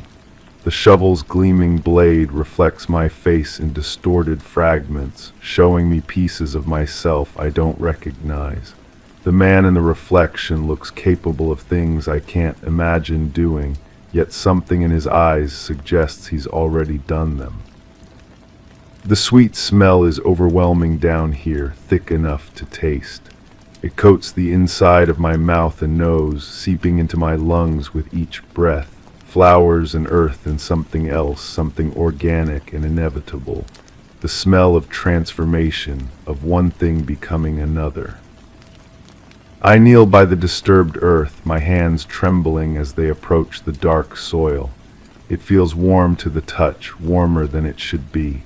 Earth this deep should be cool, insulated from the sun's heat by layers of foundation and flooring. But this soil pulses with its own warmth, as if something beneath it is still generating heat. The woman's face floats in my consciousness with perfect clarity now. Every detail sharp and undeniable, the small teeth, the nervous hands, the silver earrings that caught the light. The fear in her eyes when she recognized something in my expression, some truth I was hiding even from myself. She had come to my house knowing she might not leave. The advertisement she mentioned, did I place it, or did she invent it as an excuse to make contact? Either way, she had walked up my front path with the deliberate step of someone approaching an inevitable conclusion. The conversation had been a dance around truths neither of us wanted to speak directly. She knew why she was there, and some part of me knew too, even if my conscious mind refused to acknowledge it. We had played our roles with the stilted precision of actors in a play neither of us had rehearsed. When she stood to leave, the fear in her eyes had crystallized into certainty. She knew she wouldn't make it to her car, wouldn't drive away to safety, wouldn't report back to whoever had sent her. The knowledge sat between us like a third presence, unspoken but understood. My hands sink into the warm earth, feeling for boundaries, for the edges of whatever lies beneath. The soil gives way easily, as if it wants to reveal its secrets. But some secrets are better left buried, some truths too heavy for consciousness to bear. The sweet smell grows stronger as I dig, no longer subtle or deniable. It rises from the earth like breath, warm and organic and final. The smell of endings, of transformations that can't be reversed, of choices that reshape everything that comes after. Above me, the house settles into evening quiet, its rooms filling with shadows that seem deeper than they should be. The curtains filter the last light of day, casting those puzzle piece patterns across floors that know more than they're telling. The phone sits silent, no longer demanding answers I can't give. The newspapers will continue their reports, their headlines growing more urgent as the search intensifies. But searches can only find what's meant to be found, and some things are buried too deep for casual discovery. The earth is patient, accepting what it's given and transforming it into something else, something useful. My hands work in the dark soil, following instincts I don't remember developing. The woman's face watches from memory, no longer afraid but somehow peaceful, as if she's finally gotten the answers she came looking for. Her silver earrings catch light that exists only in the past, trembling with movements that will never be repeated. The basement breathes around me, expanding and contracting like lungs, like something alive and aware. The sweet smell has become part of the air itself, inescapable and intimate. I breathe it in and taste the metallic flavor of choices made and unmade, of lines crossed and boundaries dissolved. The disturbed earth holds its secrets close, but secrets have weight, and weight eventually makes itself known. The house above me creaks with the burden of what it contains, its foundation shifting under the pressure of truths too heavy for normal ground to bear. I sit back on my heels, my hands dark with soil that smells of flowers and endings. The woman's perfume mingles with the earth's sweetness, creating a scent that will linger long after memory fades. Some smells become part of you, absorbed into your skin and breath until you can't tell where they end and you begin. The basement door stands open above me, framing a rectangle of lesser darkness. Beyond it, the house waits with its drawn curtains and silent phone, its accumulating newspapers and phantom impressions. The world continues its patient rotation, carrying secrets in its dark places, transforming everything it touches into something else, something that can be lived with. The earth beneath my hands pulses with warmth that feels almost like a heartbeat, steady and reassuring. Some things are better left buried, some stories better left untold. The woman's questions have been answered, her search concluded, her fear transformed into the peaceful certainty of endings. I climb the stairs slowly, leaving the sweet-smelling darkness behind. The basement door closes with a soft click, sealing away what needs to be sealed. Above me, the house settles into its evening rhythms, creaking and breathing like something alive. The armchair no longer holds her impression. The air no longer carries traces of her perfume. The conversation we had exists now only in memory, fragmented and uncertain, like something glimpsed through water. The woman with the nervous hands and calculating eyes has become part of the house's history, absorbed into its bones like so many secrets before her. I draw the curtains fully closed and let the phone ring until it stops. The newspapers can wait, their headlines growing cold and irrelevant. Some stories write themselves, and some truths are too heavy for words to carry. The earth knows how to keep secrets, and houses learn to hold their silence. The sweet smell fades gradually, or maybe I simply grow accustomed to it. Either way, it becomes part of the air I breathe, part of the space I inhabit, part of the man I'm becoming. The woman's face grows dimmer in memory, her features softening until she becomes just another ghost in a house full of shadows. Story 6. It smelled like burnt paper, faint yet unmistakable. The aroma hung in the air as I crossed the threshold, a whisper of fire in a place where no flames should exist. I hesitated, my fingers brushing against the cool, unlit lamp by the door, searching for a logical source. Yet nothing appeared out of the ordinary, no smoke, no embers, just the dim glow of a single bulb surrounded by shadows. The scent lingered, drawing me inward, familiar yet unsettling, like an echo from an unread chapter. I followed it further into the room, where a carpet's corner was slightly upturned, revealing nothing but the wooden floor beneath. I hadn't witnessed this scent since that night, the one we all agreed to forget. My stomach contracts, a familiar knot that has been my companion for weeks now. The nausea arrives without warning, washing over me like cold water, and I find myself gripping the doorframe harder than necessary. My knuckles are white against the dark wood, and I wonder when my hands became so pale, so skeletal. The smell grows stronger, or perhaps my mind is amplifying it, the way it amplifies everything these days. There was a woman in a blue coat. She stood at the edge of the parking lot watching. Her hands were buried deep in her pockets, and her breath formed small clouds in the air. I remember thinking how still she was, unnaturally still, like a photograph someone had pasted into the scene. She never moved, not once, even when the sirens started wailing in the distance, even when everyone else began to run. But that was later, or was it earlier? The sequence feels scrambled, like puzzle pieces scattered across a table, some face down, others missing entirely. I close my eyes and try to reconstruct the timeline, but it slips away from me like water through cupped hands. The carpet's corner bothers me more than it should. Such a small detail, yet it pulls at something deep in my chest, a thread connected to memories I've tried to bury. I kneel and smooth it down, but it springs back up defiant. The wooden floor beneath is darker than the rest, stained in a way that suggests permanence. Water damage, I tell myself, nothing more than water damage.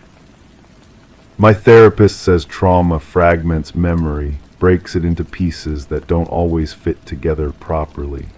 She uses words like dissociation and cognitive distortion, clinical terms that feel too clean for the mess inside my head. She doesn't understand that some fragments are too sharp to handle, that some pieces cut you when you try to pick them up. The blue coat woman had a dog, a small terrier that kept pulling at its leash, trying to get closer to the building. She held it back with surprising strength for someone so slight, her grip firm on the leather strap. The dog whined, a high-pitched sound that seemed to echo off the concrete walls. Animals know things, don't they? They sense what humans miss or what humans choose to ignore. I'm walking through the room now, though I don't remember deciding to move. My feet carry me forward of their own accord, following the scent trail like a bloodhound. Each step feels deliberate yet disconnected, as if I'm watching myself from above, a puppet being pulled by invisible strings. The floorboards creak beneath my weight, a sound that should be comforting but isn't. There was laughter that night, inappropriate laughter that bubbled up from somewhere dark and twisted. It wasn't mine, I'm certain of that, but it echoed in my ears long after the silence fell. Someone found humor in what happened, and that thought makes my skin crawl even now. Who laughs at a moment like that? What kind of person finds joy in such circumstances? The burnt paper smell intensifies near the window, where heavy curtains block most of the outside light. I part them slightly and peer out at the courtyard below. Empty now, just concrete and a few scattered leaves that dance in the wind. But I can still see the outline of where the crowd gathered, the invisible imprint of bodies pressed together in morbid curiosity. People love disaster, don't they? They're drawn to it like moths to flame, even when they know it might burn them. My reflection in the glass startles me. When did I become so hollow-looking? My cheeks are sunken, my eyes too large for my face. I look like someone recovering from a long illness, though I can't remember being sick. The person staring back at me seems like a stranger, someone I might pass on the street without recognition. The documents were spread across the table in neat piles. Legal papers, insurance forms, statements that needed to be signed. The pen felt heavy in my hand, heavier than it should have been, and my signature came out shaky and uncertain. The lawyer kept glancing at his watch, impatient to move on to his next appointment. Time is money, after all, and grief doesn't pay the bills. But which documents, what table? The memory shifts and blurs, details changing each time I try to focus on them. Sometimes the papers are white, sometimes yellow. Sometimes there's a coffee stain in the corner, sometimes not. My mind fills in gaps with fabrications, creates details that feel real but can't possibly be accurate. I'm touching the window now, my palm flat against the cool glass.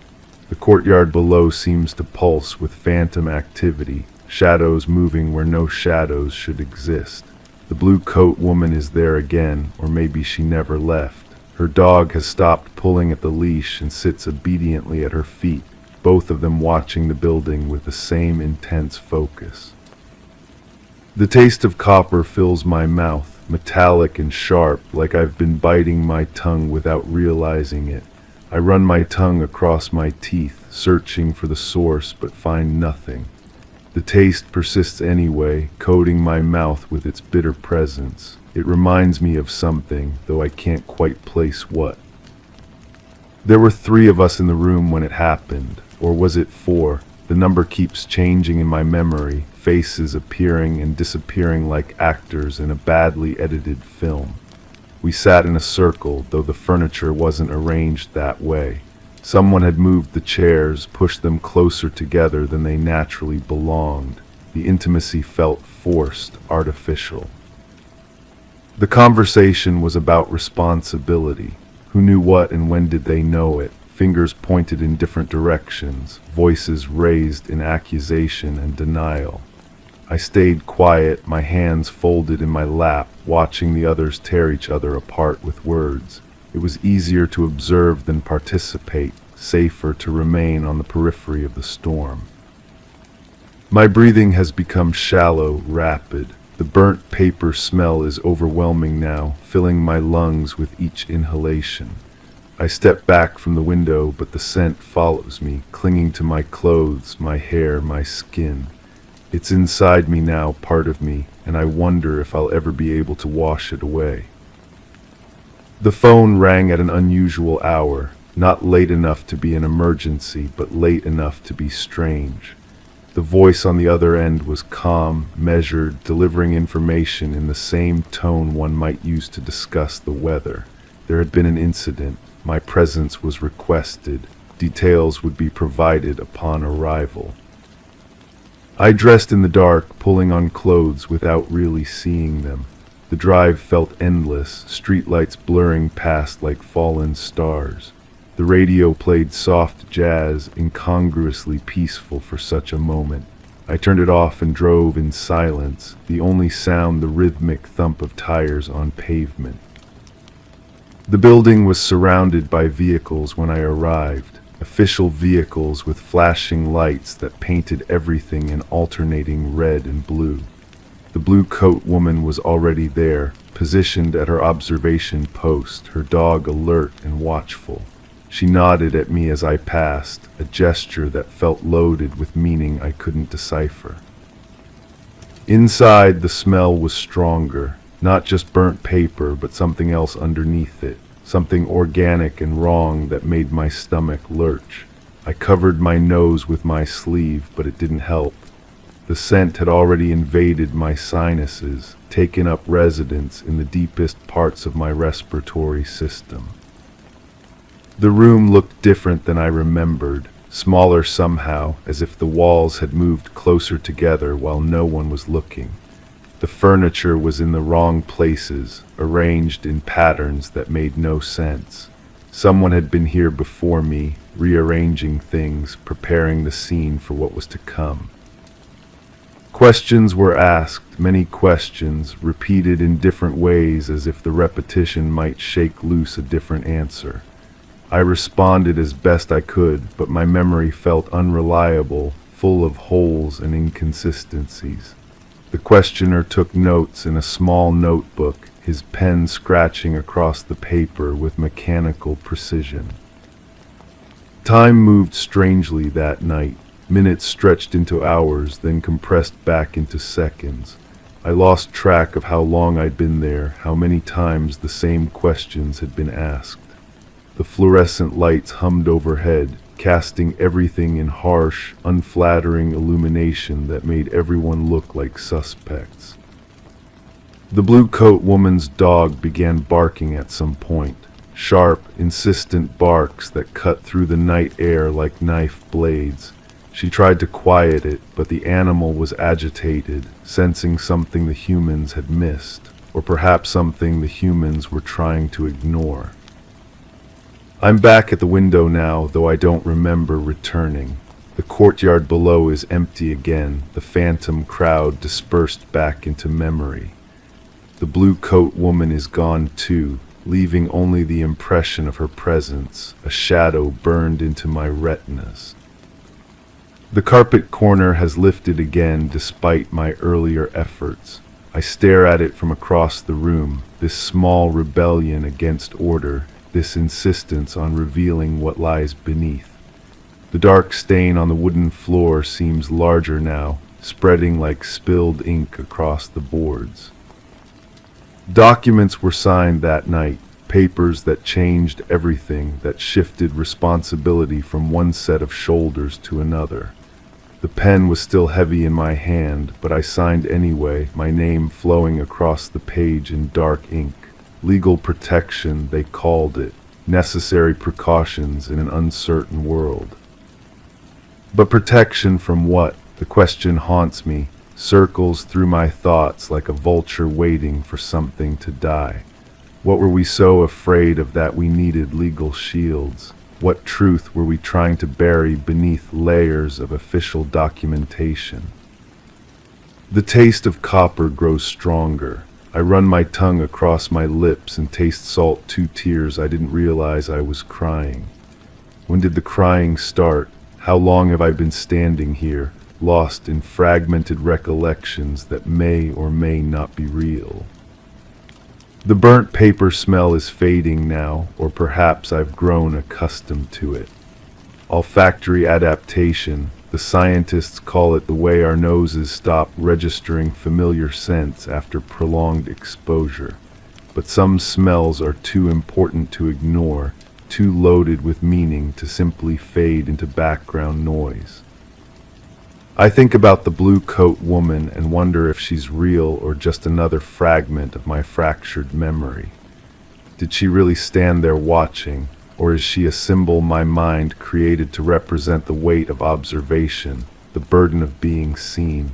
Her stillness haunts me more than any movement could. The room feels smaller with each passing moment, the walls pressing inward like a slowly closing fist. I need air, need space, need distance from whatever truth is lurking in these shadows, but my feet won't move, rooted to the floor by invisible anchors. There was a moment of choice that night, a fork in the road where different paths diverged into different futures. I can feel the weight of that moment even now, the gravity of decisions made in haste and fear. But which choice did I make? Which path did I choose? The answer slips away every time I reach for it. The carpet corner lifts higher, revealing more of the stained wooden floor beneath. The dark mark spreads across multiple boards, a Rorschach test in wood grain and shadow. I see shapes in it, faces, hands, abstract forms that shift and change depending on the angle of observation. My reflection in the window has changed again. Now I look younger, or perhaps older, it's hard to tell in the uncertain light. The person staring back at me wears an expression I don't recognize, a mixture of guilt and defiance that sits uncomfortably on familiar features. The documents are still out there somewhere, filed away in cabinets and databases, official records of unofficial truths. My signature anchors me to whatever happened that night, binds me to consequences I'm still trying to understand. Legal protection or legal liability, sometimes the difference is just a matter of perspective. The blue coat woman's dog knew something we didn't. Animals are honest in ways humans have forgotten how to be. They don't rationalize or justify or create elaborate explanations for simple truths. They bark when something is wrong, and they keep barking until someone listens. But no one listened that night. We were too busy protecting ourselves, too focused on damage control to pay attention to the warnings all around us. The dog's barks faded into background noise, just another sound in a night full of sounds we chose not to hear. I'm moving toward the carpet now, drawn by the same compulsion that brought me to this room in the first place. Each step feels inevitable, as if I'm following a script written long ago by someone else's hand. The burnt paper smell grows stronger again, or perhaps it never really faded at all. The stained wooden floor tells a story I'm not sure I want to read. Dark wood grain swirls in patterns that suggest movement, struggle, the kind of permanent marking that comes from something more substantial than spilled water. My knees hit the floor as I lean closer, trying to decipher the message written in wood and shadow. The taste of copper is overwhelming now, filling my mouth with its metallic presence. I touch my lips and my fingers come away clean, no blood to explain the sensation. But the taste persists, a phantom flavor that exists only in the space between memory and reality. There was laughter that night, inappropriate and hollow. It echoes in my ears even now, a sound that belongs to no one and everyone, the kind of nervous release that comes when people don't know how else to respond to the impossible. Someone found humor in horror, and that thought makes my skin crawl with a cold that has nothing to do with temperature. The blue coat woman is back, standing in the courtyard below, or perhaps she never left. Perhaps she's been there all along, a constant observer in a world of shifting perspectives and unreliable narrators. Her dog sits quietly now, no longer pulling at the leash, as if whatever it was trying to warn us about has already come to pass. My hands are shaking as I smooth down the carpet corner one more time. It springs back up immediately, defiant in its small rebellion against order. The dark stain beneath seems to pulse with its own rhythm, a heartbeat in hardwood that matches the frantic tempo of my own pulse. The documents were insurance, they said, protection against future complications. But insurance implies risk, and risk implies something worth protecting against. What did we know that required such elaborate safeguards? What truth were we so desperate to contain? The questions multiply faster than I can answer them, breeding in the dark corners of my consciousness like some invasive species of doubt. Each answer spawns 3 new questions. Each explanation reveals deeper mysteries.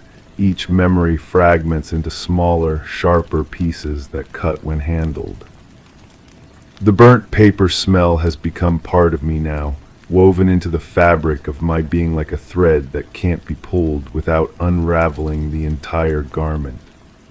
I breathe it in and taste ash, the remnants of something that was once whole but has been reduced to its essential elements through fire and time.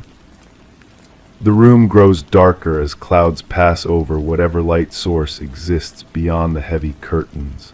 Shadows shift and dance, creating movement where none should exist. The carpet corner lifts higher, revealing more of the story written in stained wood, more of the truth I came here to find but am afraid to fully comprehend. My reflection in the window has become a stranger again, someone I might pass on the street without recognition. The face looking back at me wears the expression of someone who has seen too much, understood too little, and carries the weight of both knowledge and ignorance in equal measure. The blue coat woman raises her hand in what might be a wave or might be a warning. Her dog stands alert beside her, ears pricked forward, listening to sounds only animals can hear. They know something I don't, or perhaps they know something I've forgotten, some truth that got lost in the maze of legal documents and official explanations. The taste of copper fades slowly, replaced by something else, something that tastes like regret and smells like burnt paper and feels like the weight of choices made in darkness. I stand slowly, my knees protesting the movement, and take one last look at the stained wooden floor beneath the rebellious carpet corner. The story is there, written in wood grain and shadow, waiting for someone brave enough to read it fully. But bravery has never been my strongest quality, and some truths are too heavy for one person to carry alone. The burnt paper smell lingers as I turn away, following me like a faithful dog that refuses to be left behind. The blue coat woman is gone when I look out the window again, vanished as suddenly as she appeared. Only the impression of her presence remains, a shadow burned into the courtyard concrete, a reminder that some observers never truly leave, they just learn to watch from places we can't see. Story 7. The Unsigned Report. The overhead light was illuminated, casting uniform shadows across the room. The workspace appeared undisturbed, with all materials aligned according to standard protocol. A single chair was positioned directly under the desk, its wheels perfectly parallel to the nearby cabinet. The clock on the wall indicated the shift had ended precisely 6 hours earlier. The computer was powered down, yet the monitor emitted a faint glow, suggesting recent activity. Papers were filed neatly, leaving no documents out of place. The air carried a trace of freshly printed ink. The recycling bin was empty, though the shredder was warm. A report awaited, unsigned and blank. I stood in the doorway, my fingers still wrapped around the cold metal handle. Something felt wrong about the scene before me, though I couldn't immediately identify what. The office belonged to my colleague, the one who hadn't returned my calls for days. The one whose absence had prompted my supervisor to ask me to check on things. The silence pressed against my eardrums as I stepped inside. My footsteps seemed unnaturally loud against the polished floor. The desk lamp was off, but the natural light filtering through the blinds revealed everything in stark detail. I approached the workspace cautiously, noting how every pen was aligned, every folder stacked with military precision. This level of organization was unusual, even for someone known for being meticulous. The computer monitor's faint glow drew my attention. I pressed the power button and waited as the machine hummed to life. The login screen appeared, requesting credentials I didn't possess, but the recent activity indicator showed files had been accessed well after the official end of the previous shift. Someone had been here, working in the darkness. I pulled open the top desk drawer. Inside, beneath a layer of standard office supplies, I found a small digital recorder. The device was warm, recently used. My thumb found the play button almost instinctively. The sound that emerged made my skin crawl, a voice I recognized but distorted somehow, speaking in hushed, urgent tones about irregularities in the evidence processing system. The voice belonged to my missing colleague, but the words described activities I'd never heard discussed in our department. References to case files being altered, timestamps being modified, and evidence being reclassified without proper authorization. The recording cut off abruptly, leaving only the soft hiss of electronic silence. I rewound and listened again, trying to make sense of what I was hearing. The voice spoke of pressure from higher levels, of being asked to make certain items disappear from the official record.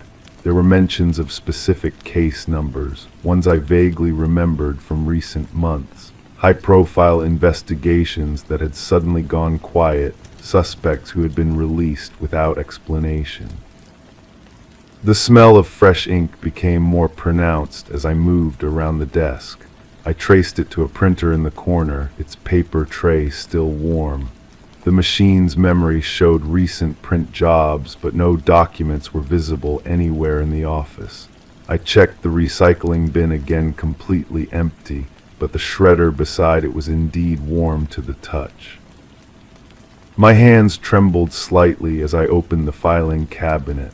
The folders were arranged alphabetically, each label printed in the same precise font, but as I flipped through them I noticed gaps. Entire sections were missing, leaving only the plastic dividers that had once separated different categories of cases. The missing files corresponded to the case numbers mentioned in the recording. I sat down in the chair, trying to process what I was discovering. The leather was still indented, as if someone had been sitting there recently. The adjustment lever was set to a height different from my colleague's usual preference. Someone else had been using this workspace, someone taller. The phone on the desk began to ring, its shrill tone cutting through the oppressive silence. I stared at it for several rings before reaching for the receiver. The caller ID showed an internal extension, one I didn't recognize. I answered cautiously. The voice on the other end was electronically altered, robotic, and unsettling. It asked what I was doing in the office, how I had gained access, and what I had found. The questions came rapidly, without pause for my responses. When I tried to explain that I was conducting a welfare check, the line went dead. My heart rate increased as I realized someone was monitoring the office, watching my movements. I looked around for security cameras but saw none, yet the caller had known exactly where I was and what I was doing. I needed to leave, but first I had to understand what had happened to my colleague. I returned to the computer, hoping to find some clue in the recently accessed files. The system required a password, but I noticed a small piece of paper tucked under the keyboard. Written in my colleague's handwriting was a series of numbers and letters that looked like a password. I entered the code and gained access to the desktop. The most recent files were all related to evidence management, specifically the transfer and disposal of physical evidence from closed cases. But these weren't ordinary closed cases, they were investigations that had been abruptly terminated, often just before significant breakthroughs. The documents showed a pattern of evidence being removed from storage and destroyed, always following the same authorization process. The authorization signatures were illegible, but they all came from the same administrative level. Someone with significant authority was systematically eliminating evidence from multiple investigations. The cases spanned several months and involved different types of crimes, but they all shared one common element: they had been getting close to implicating someone important. I printed several of the most damning documents, my hands shaking as I fed paper into the machine. The sound of the printer seemed deafeningly loud in the quiet office. As the pages emerged, I could see financial records, transfer orders, and disposal certificates. The evidence destruction had been thorough and systematic. A new sound reached my ears: footsteps in the hallway outside. They were slow and deliberate, moving in my direction. I quickly gathered the printed documents and shut down the computer.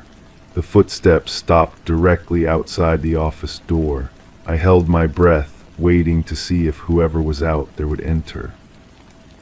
The door handle turned slowly. I pressed myself against the wall behind the door, clutching the documents against my chest. The footsteps entered the room, moving with the same deliberate pace. I could hear breathing, slow and controlled. The intruder was searching the office, opening drawers and moving papers around. After what felt like an eternity, the footsteps retreated. I waited until I could no longer hear them in the hallway before emerging from my hiding spot. The office had been subtly disturbed, not enough to be obvious, but enough for me to notice that someone had been looking for something specific. I examined the documents I had managed to print. The pattern was even clearer now. Evidence from major investigations was being systematically destroyed, always following the receipt of certain communications from external sources. The communications were coded, but they appeared to be instructions from someone outside the official chain of command. The digital recorder was no longer in the desk drawer where I had found it. Someone had taken it while I was hiding, but I remembered enough of what I had heard to understand that my colleague had been documenting this evidence destruction scheme. The recording had been their insurance policy, their way of protecting themselves if the situation escalated. I needed to find my colleague, but I also needed to understand who was behind the systematic destruction of evidence. The documents I had printed contained references to external contractors, private companies that specialized in evidence disposal. These companies were being paid substantial amounts to destroy materials that should have been preserved indefinitely. The financial records showed payments to the same contractor over several months, always for the same service: emergency evidence disposal. The amounts were significant, far more than would be justified for routine destruction of expired materials. Someone was paying premium prices to make specific evidence disappear quickly and permanently. I photographed the documents with my phone, creating a backup record of what I had discovered. The images were clear enough to read, but I knew they might not be sufficient as legal evidence. I needed to find the original files, the ones that had been removed from the filing cabinet. The phone rang again, the same internal extension as before. This time I didn't answer. The ringing continued for a full minute before stopping. Immediately afterward, my own phone buzzed with a text message from an unknown number. The message was brief but chilling. It advised me to stop looking into matters that didn't concern me and to forget what I had seen in the office. I realized that my investigation had already attracted dangerous attention. Someone was monitoring my activities and was prepared to take action to protect their operation. My colleague's disappearance was beginning to make more sense. They had discovered the same evidence destruction scheme and had either been silenced or forced to flee. The documents revealed one more crucial detail: the evidence being destroyed wasn't random. All of the cases involved investigations into organized criminal activities, specifically those with connections to legitimate businesses and public officials. Someone was using their position within the evidence management system to protect a network of criminals from prosecution. I gathered everything I had collected and prepared to leave the office, but as I reached for the door handle, I heard voices in the hallway. Two people were discussing the need to secure the office and prevent any further unauthorized access. They mentioned my name specifically, indicating that they knew exactly who had been investigating. I returned to my hiding spot behind the door and waited for the voices to pass. But instead of moving on, the conversation continued right outside the office. The speakers were discussing how to handle the situation, how to contain the damage from my discovery. One voice suggested that I might need to be dealt with the same way my colleague had been handled. The implication was clear: my colleague hadn't simply disappeared voluntarily. They had been removed because of what they had discovered. And now I was in the same position, having uncovered the same evidence destruction scheme. The people behind this operation were prepared to eliminate anyone who threatened their activities. I listened as the voices discussed the logistics of cleaning up the situation. They mentioned specific locations where evidence had been destroyed, facilities that weren't part of the official disposal system. They talked about payments to individuals within the department, people who had been compromised or coerced into cooperation. The conversation revealed the scope of the conspiracy. It wasn't limited to evidence destruction, but included active manipulation of investigations, suppression of witness testimony, and corruption of the judicial process. The network extended far beyond the evidence management system into multiple levels of law enforcement and the court system. Eventually, the voices moved away from the door. I waited several more minutes before attempting to leave. The hallway was empty, but I could feel the weight of surveillance pressing down on me. Every step felt monitored, every movement tracked by unseen observers. I made it to my own office without incident, but I knew that my safety was temporary. The people behind the evidence destruction scheme had demonstrated their willingness to eliminate threats. My colleague's fate served as a clear warning of what could happen to me if I continued investigating. But I also knew that I couldn't simply ignore what I had discovered. The systematic destruction of evidence represented a fundamental corruption of the justice system. Criminals were escaping prosecution because someone with access to the evidence storage system was eliminating the proof of their crimes. I secured copies of the documents I had obtained, storing them in multiple locations to ensure they couldn't be easily destroyed. I also began researching the contractors mentioned in the financial records, trying to understand who was paying for the evidence destruction and why. The contractor information led me to a network of shell companies, each one designed to obscure the true source of the payments. The money trail was complex, but it eventually led back to a series of accounts controlled by individuals with connections to the cases whose evidence had been destroyed. I realized that I was uncovering a sophisticated system of criminal protection, one that operated from within the law enforcement system itself. The people responsible had access to sensitive information about ongoing investigations and could act preemptively to eliminate evidence before it could be used in court. My investigation had reached a critical point. I had enough evidence to expose the scheme, but I also understood that doing so would put me in immediate danger. The people behind this operation had already demonstrated their willingness to eliminate threats, and my continued investigation would certainly be seen as a threat. The question that haunted me was whether my colleague was still alive somewhere, hiding from the same people who were now targeting me, or whether they had already paid the ultimate price for their discovery of the evidence destruction scheme. The unsigned report on their desk suggested they had been preparing to document everything, but had been stopped before they could complete their work. As I sat in my office, surrounded by the evidence of systematic corruption, I realized that I faced the same choice my colleague had confronted. I could remain silent and safe, or I could risk everything to expose the truth. The weight of that decision pressed down on me like the oppressive silence that had filled the empty office where my investigation had begun.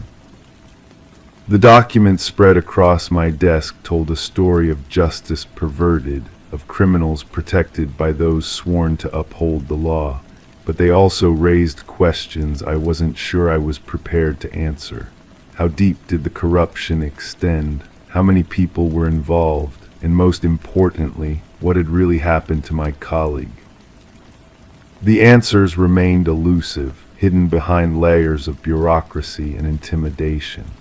But I knew that somewhere in the maze of destroyed evidence and altered records lay the truth about a system that had been fundamentally compromised. Whether I would survive long enough to expose that truth remained an open question, one that would be answered by forces I was only beginning to understand. Story 8. It smelled like lavender, the kind that clung to dusty linens in unopened closets. I stood in the kitchen, the flickering bulb above casting a weak, uneven glow. The scent was stronger than before, lingering when it shouldn't. I glanced at the sink, dry as a bone, with a drip that belonged to another time. The air felt denser as I moved toward the source, the scent morphing into a memory I couldn't quite piece together. The wallpaper seemed to peel back, as if revealing secrets it had absorbed over the years. An involuntary shiver ran through me, whispering of places I'd long since left behind. I shouldn't have recognized it, but I did. The house had been empty when I arrived, at least that's what I kept telling myself. The front door was unlocked, which struck me as odd for a property that had been sitting vacant. The real estate agent had mentioned something about the previous owner, but her words seemed to drift away before I could hold on to them. Something about a woman who lived here alone, who kept to herself, who disappeared one morning without explanation. I walked through the rooms with careful steps, my footsteps echoing against hardwood floors that creaked in all the wrong places. Each room held that same lavender scent, growing stronger near certain corners, fading to nothing near the windows. It was as if the smell had mapped itself to specific memories embedded in the walls. In the living room, I found the first inconsistency. A coffee cup sat on the side table, still bearing the faint ring of liquid that had long since evaporated. The ceramic was cold to the touch, but not dusty like everything else. Someone had been here recently, or perhaps the house itself was playing tricks on perception. The agent had called me about this place after I mentioned I was looking for something quiet, something isolated. She said it would be perfect for someone who valued privacy. Her voice on the phone carried an undertone I couldn't identify, something between relief and reluctance. When I asked about the previous tenant, she became vague, mentioning only that the situation had been resolved and the property was available immediately. I moved upstairs, drawn by that persistent lavender scent. The stairs groaned under my weight, each step announcing my presence to whatever might be listening. The second floor felt different, more intimate somehow, as if I was trespassing on private thoughts rather than empty rooms. The bedroom at the end of the hall held the strongest concentration of that familiar smell. I stood in the doorway, reluctant to cross the threshold. The room was sparse, containing only a bed with rumpled sheets and a dresser with one drawer slightly ajar.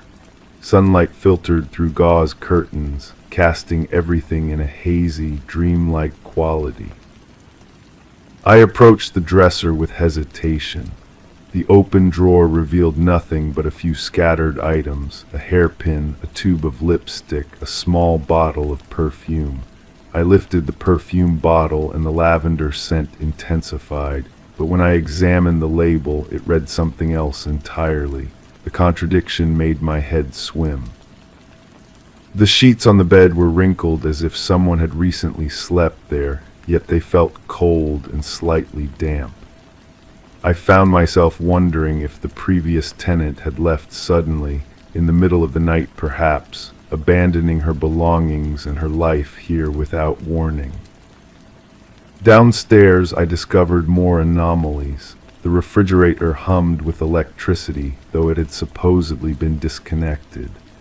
Inside, I found a carton of milk that should have spoiled long ago, yet showed no signs of age. The expiration date was smudged beyond recognition. I called the real estate agent, but her phone went straight to voicemail.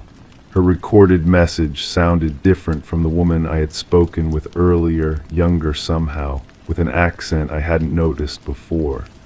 I left a message asking about the utilities, about the previous tenant's belongings, about when exactly the house had been vacated. The response came not as a returned call, but as a knock at the door. A woman stood on the front porch, claiming to be from the property management company. She was older than the voice I remembered, with graying hair and tired eyes that avoided direct contact with mine. She explained that there had been some confusion about the timeline, that the previous tenant had left more recently than initially indicated. When I asked about the woman's disappearance, she corrected me, saying there had been no disappearance, only a sudden relocation for personal reasons. But her story felt rehearsed, as if she had told it many times before and was growing weary of the repetition. She kept glancing toward the stairs, toward the bedroom where the lavender scent lingered strongest. When I mentioned the smell, her face went pale. After she left, I found myself drawn back to that upstairs bedroom. I sat on the edge of the bed, trying to understand why the lavender scent felt so familiar, so personal. It was then that I noticed the photograph tucked beneath the mattress, just the corner visible. The picture showed a woman standing in this very room, but the room looked different somehow. The wallpaper was newer, the furniture arranged differently.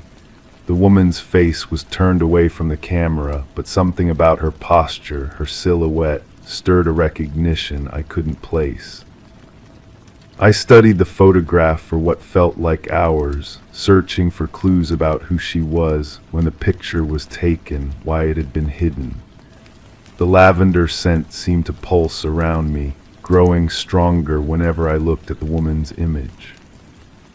That night I dreamed of walking through the house, but it was different in the dream. The rooms were fuller, lived in, warm with the presence of someone who belonged there. I could hear footsteps above me when I was downstairs, below me when I was upstairs, always just out of sight. I woke to find the lavender scent had intensified, filling the entire house with its cloying sweetness. The photograph was no longer tucked under the mattress, but lay open on the dresser, as if someone had been examining it during the night. The next morning brought another visit from the property management representative, but this time it was a different woman entirely. She was younger, matching the voice I remembered from our original phone conversation. When I mentioned the previous day's visit, she looked confused, insisting that no one from her office had been to the property recently. She had no record of any photograph, no knowledge of personal belongings left behind. According to her files, the house had been empty for months, thoroughly cleaned and prepared for new tenants. But when we walked through the rooms together, she seemed as puzzled as I was by the coffee cup, the rumpled sheets, the persistent lavender scent. I began to suspect that the truth about this house, about the woman who lived here, was being deliberately obscured, but by whom and why remained unclear. Each person I spoke with offered a different version of events, none of which aligned with the others. The local postmaster mentioned seeing mail delivered to the house recently, letters addressed to a woman whose name he couldn't quite remember. The grocery store clerk recalled a regular customer who matched the description of the previous tenant, someone who always bought the same items, who paid in cash, who stopped coming in without explanation. But when I pressed for details, their memories became vague, contradictory. It was as if the woman had existed in the spaces between certainty, real enough to be remembered but too ephemeral to be clearly defined. I found myself spending more time in that upstairs bedroom, drawn by the mystery of the photograph and the intensifying lavender scent. I began to notice other details, a slight depression in the mattress that suggested regular use, dust patterns on the dresser that indicated recent disturbance, a faint outline on the wall where something had hung for a long time before being removed. The house was telling me a story, but in a language I was still learning to understand. Each clue seemed to contradict the last, creating a narrative that shifted depending on how I chose to interpret the evidence. One afternoon, while examining the photograph more closely, I noticed something I had missed before. In the background, barely visible, was a reflection in the dresser mirror. Another person, the photographer perhaps, captured inadvertently in the image. The reflection was too blurred to make out features, but something about the posture, the way the light fell across the figure, felt disturbingly familiar.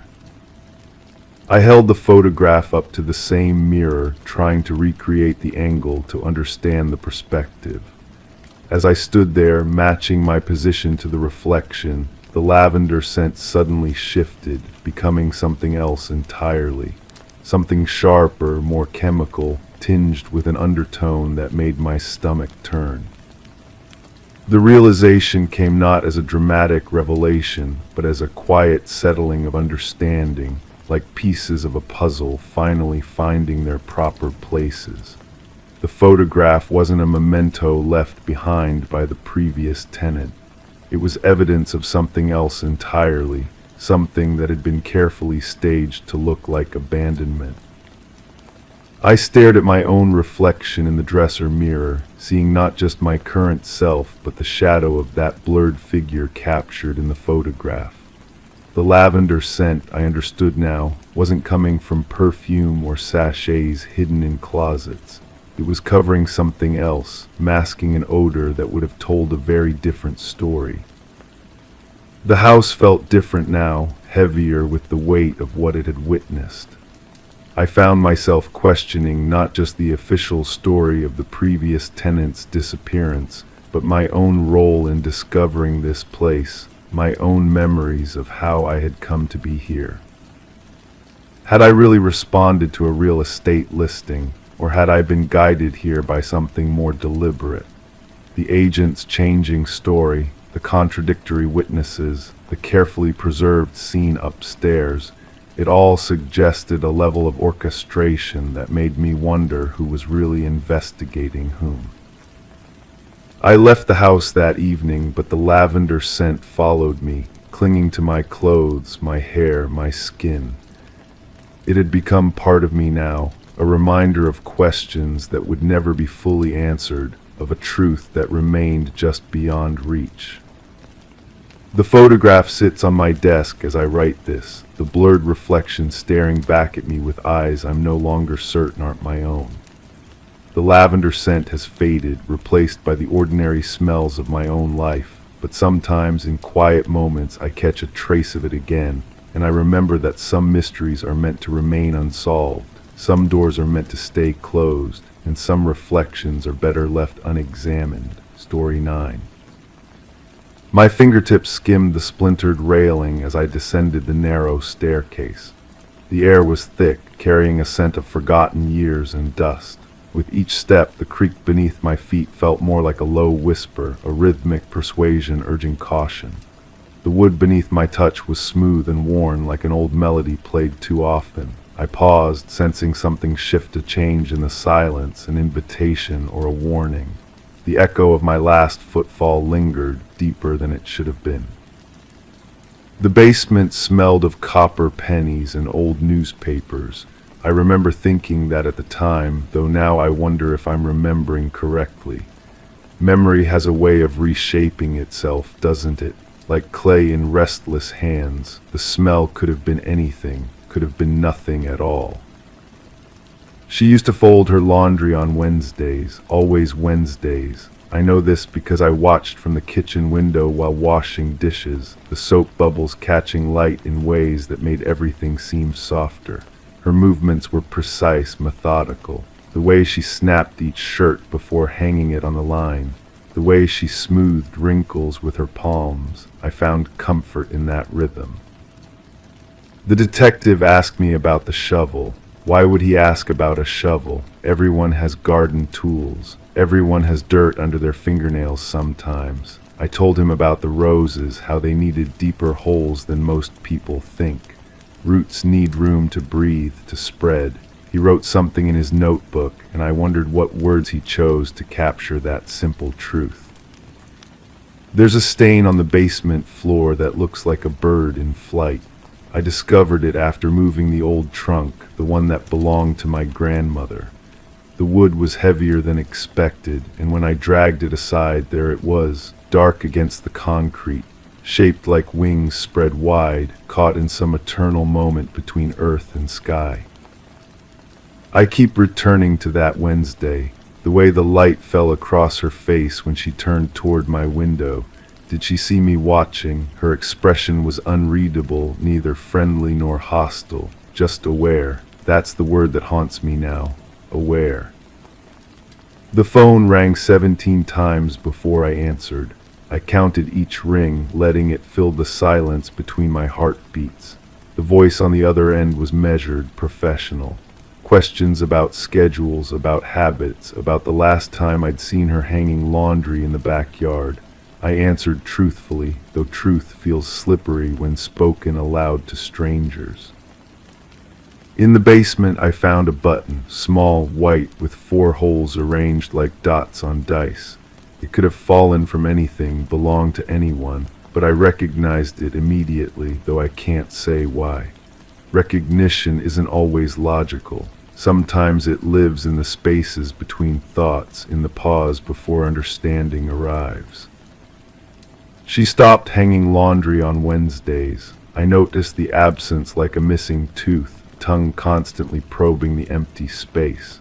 The clothesline hung bare, swaying slightly in breezes that seemed colder without her presence. I found myself standing at the kitchen window longer than necessary, waiting for a routine that would never resume. The detective returned with different questions about soil composition, about the difference between disturbed and undisturbed earth. I explained about aeration, about how roots need oxygen to survive, how sometimes you have to break ground to help things grow. He nodded, but his eyes held a skepticism that made my skin feel too tight. There's something about basements that changes sound.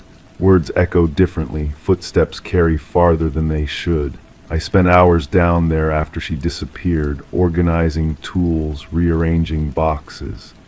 The work felt necessary, though I couldn't articulate why. Purpose doesn't always announce itself clearly.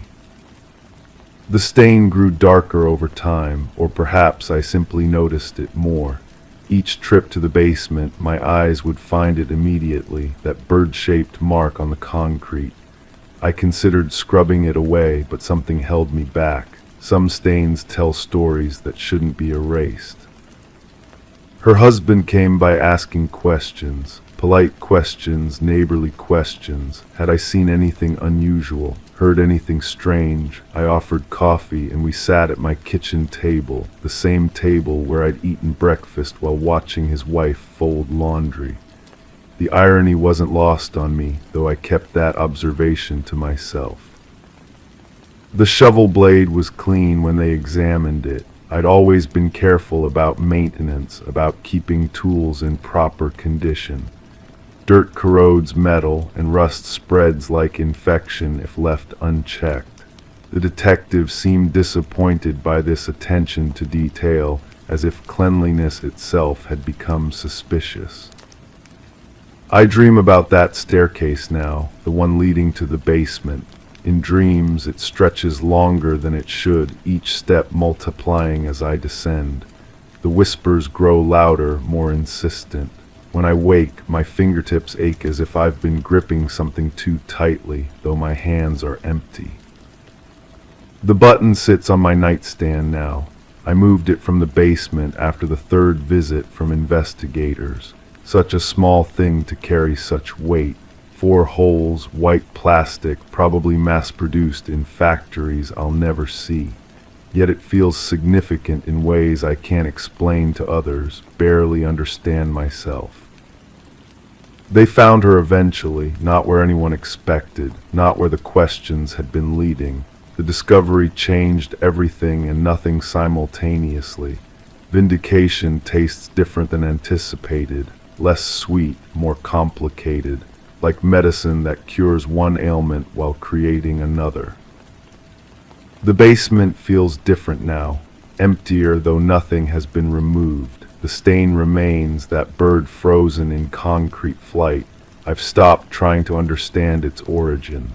Some mysteries are meant to persist, to remind us that answers don't always bring peace. Her husband moved away without saying goodbye. I watched the moving truck from my kitchen window, the same window where I'd observed his wife's Wednesday rituals. The new people who bought the house don't hang laundry outside. They use machines for everything, efficiency over ritual. The detective closed his notebook for the final time, apologized for the inconvenience. Inconvenience, such a small word for such a large disruption. I accepted his apology gracefully, though part of me had grown accustomed to the questions, the scrutiny. Purpose, even unwelcome purpose, leaves a void when it departs. I still descend those basement stairs regularly. The wood still creaks, still whispers cautions I don't fully understand. My fingertips know every splinter in that railing now, every smooth patch worn by countless hands. The familiarity is both comfort and curse. The truth about what happened that Wednesday lives somewhere between memory and imagination, between certainty and doubt. I've stopped trying to separate them. Truth, like stains, takes whatever shape the surface allows, and some surfaces, I've learned, are more porous than others. The button catches lamplight when I turn it between my fingers, 4 small holes creating tiny shadows on my palm. Such a simple thing, yet it connects me to a story I may never fully understand. Connection doesn't require comprehension. Sometimes it just requires presence, patience, the willingness to hold questions without demanding answers. The basement waits below, patient as stone, keeping its secrets in the space between floorboards and earth. Story 10. It wasn't the first time the curtains seemed to blow inward when all else was still. Each time I dusted the sill, the metal latch felt slightly warmer, as if recently turned, though I never saw it move. The streetlight cast its pale reflection on the glass, quivering gently. I noticed the occasional footsteps on the gravel outside, echoing in the quiet, but they never lingered long enough to mean anything. The carpet showed a faint trail, like a suggestion of someone passing, but it could have been my own. I turned off the lamp each evening, knowing full well it wasn't really dark. The logical explanation came to me gradually, the way understanding often does when you're not forcing it. My neighbor had been having problems with her husband for months. I'd heard the raised voices through the thin walls, the sound of doors slamming, car engines starting at odd hours. She worked late shifts at the hospital, coming home when most people were settling into sleep.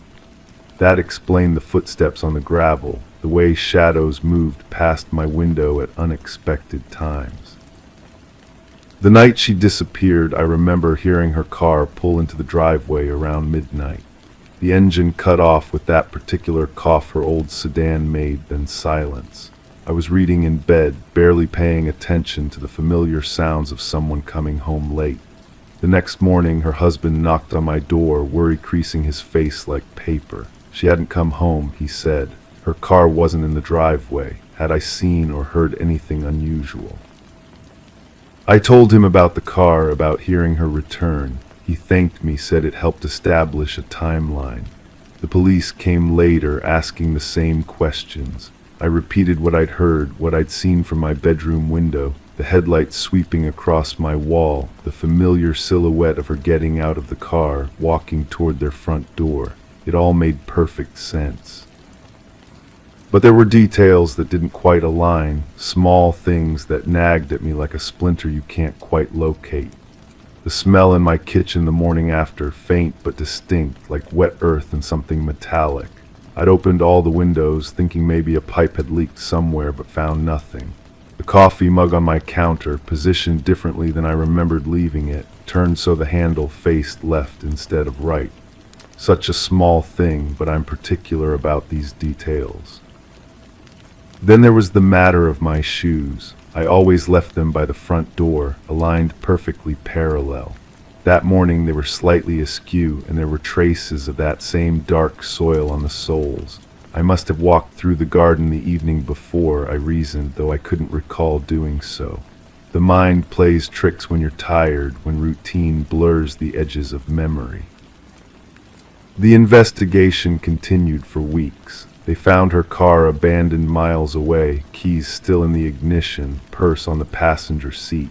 No signs of struggle, no blood, nothing to suggest violence. Just an empty vehicle and a woman who had vanished between the time she left work and the time she was supposed to arrive home.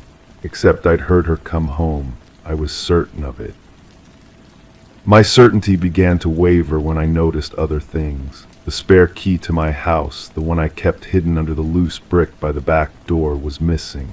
I'd checked for it one morning, some instinct driving me to verify it was still there, and found only empty space. When had I last seen it? I couldn't remember. Maybe I'd moved it myself. Maybe I'd thrown it away during one of my periodic cleaning frenzies. The dreams started around then, vivid and disorienting. I would find myself standing in my kitchen in the middle of the night, not remembering how I'd gotten there. My hands would be dirty, fingernails caked with soil, though I hadn't been gardening. The taste of copper filled my mouth, and somewhere in the distance I could hear someone crying. But when I woke up properly, back in my own bed, everything was normal. Just dreams, I told myself, stress manifesting in strange ways. There were moments when I caught glimpses of something else, another version of that night flickering at the edges of my consciousness like heat lightning. In these flashes, I wasn't lying in bed reading when the car arrived. I was outside, standing in the shadow of the oak tree that separated our properties. The air was thick with humidity, and I could smell rain approaching, mixing with the scent of night-blooming jasmine. In this other version, she didn't get out of the car immediately. She sat there for several minutes, engine off, just breathing in the darkness. I could see her silhouette through the windshield, head tilted back against the headrest. When she finally emerged, she moved differently than usual, slower, more deliberate. She looked directly at where I was standing, though I was certain she couldn't see me in the shadows. But that couldn't be right. I would remember being outside. I would remember the feeling of grass under my feet, the way the night air moved against my skin. These were sensations too vivid to forget, too physical to dismiss, yet they felt more like memories recovered than memories imagined. The husband moved away a month later.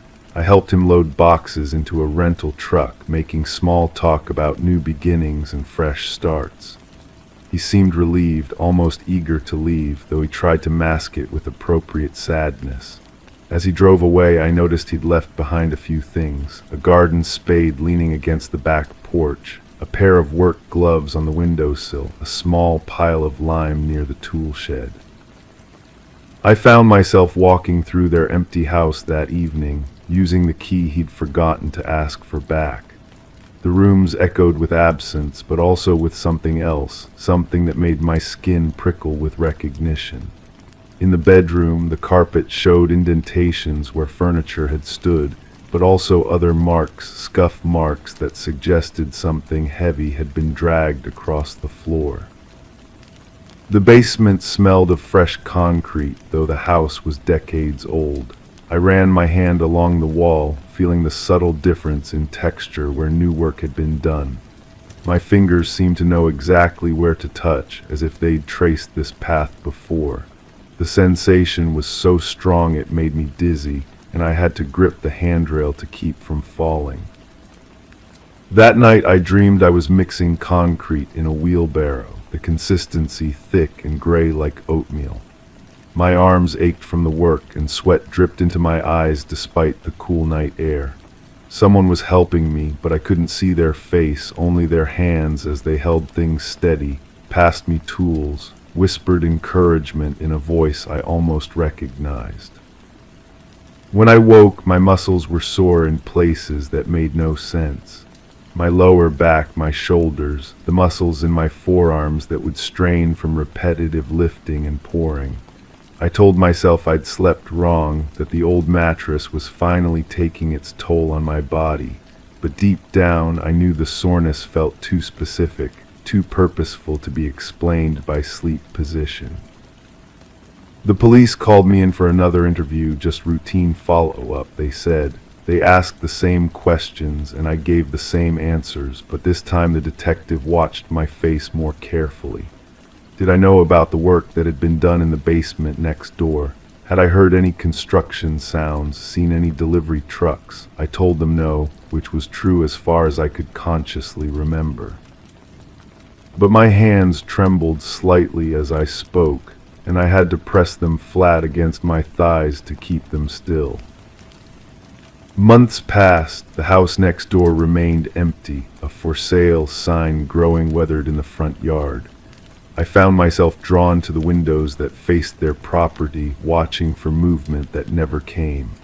Sometimes, late at night, I thought I saw lights in the basement, just a faint glow seeping through the small ground-level windows, but when I looked directly, there was nothing there. The curtains in my living room continued to move when the air was still. I replaced the window latch, thinking it might be loose, but the new hardware felt just as warm to the touch, just as recently turned.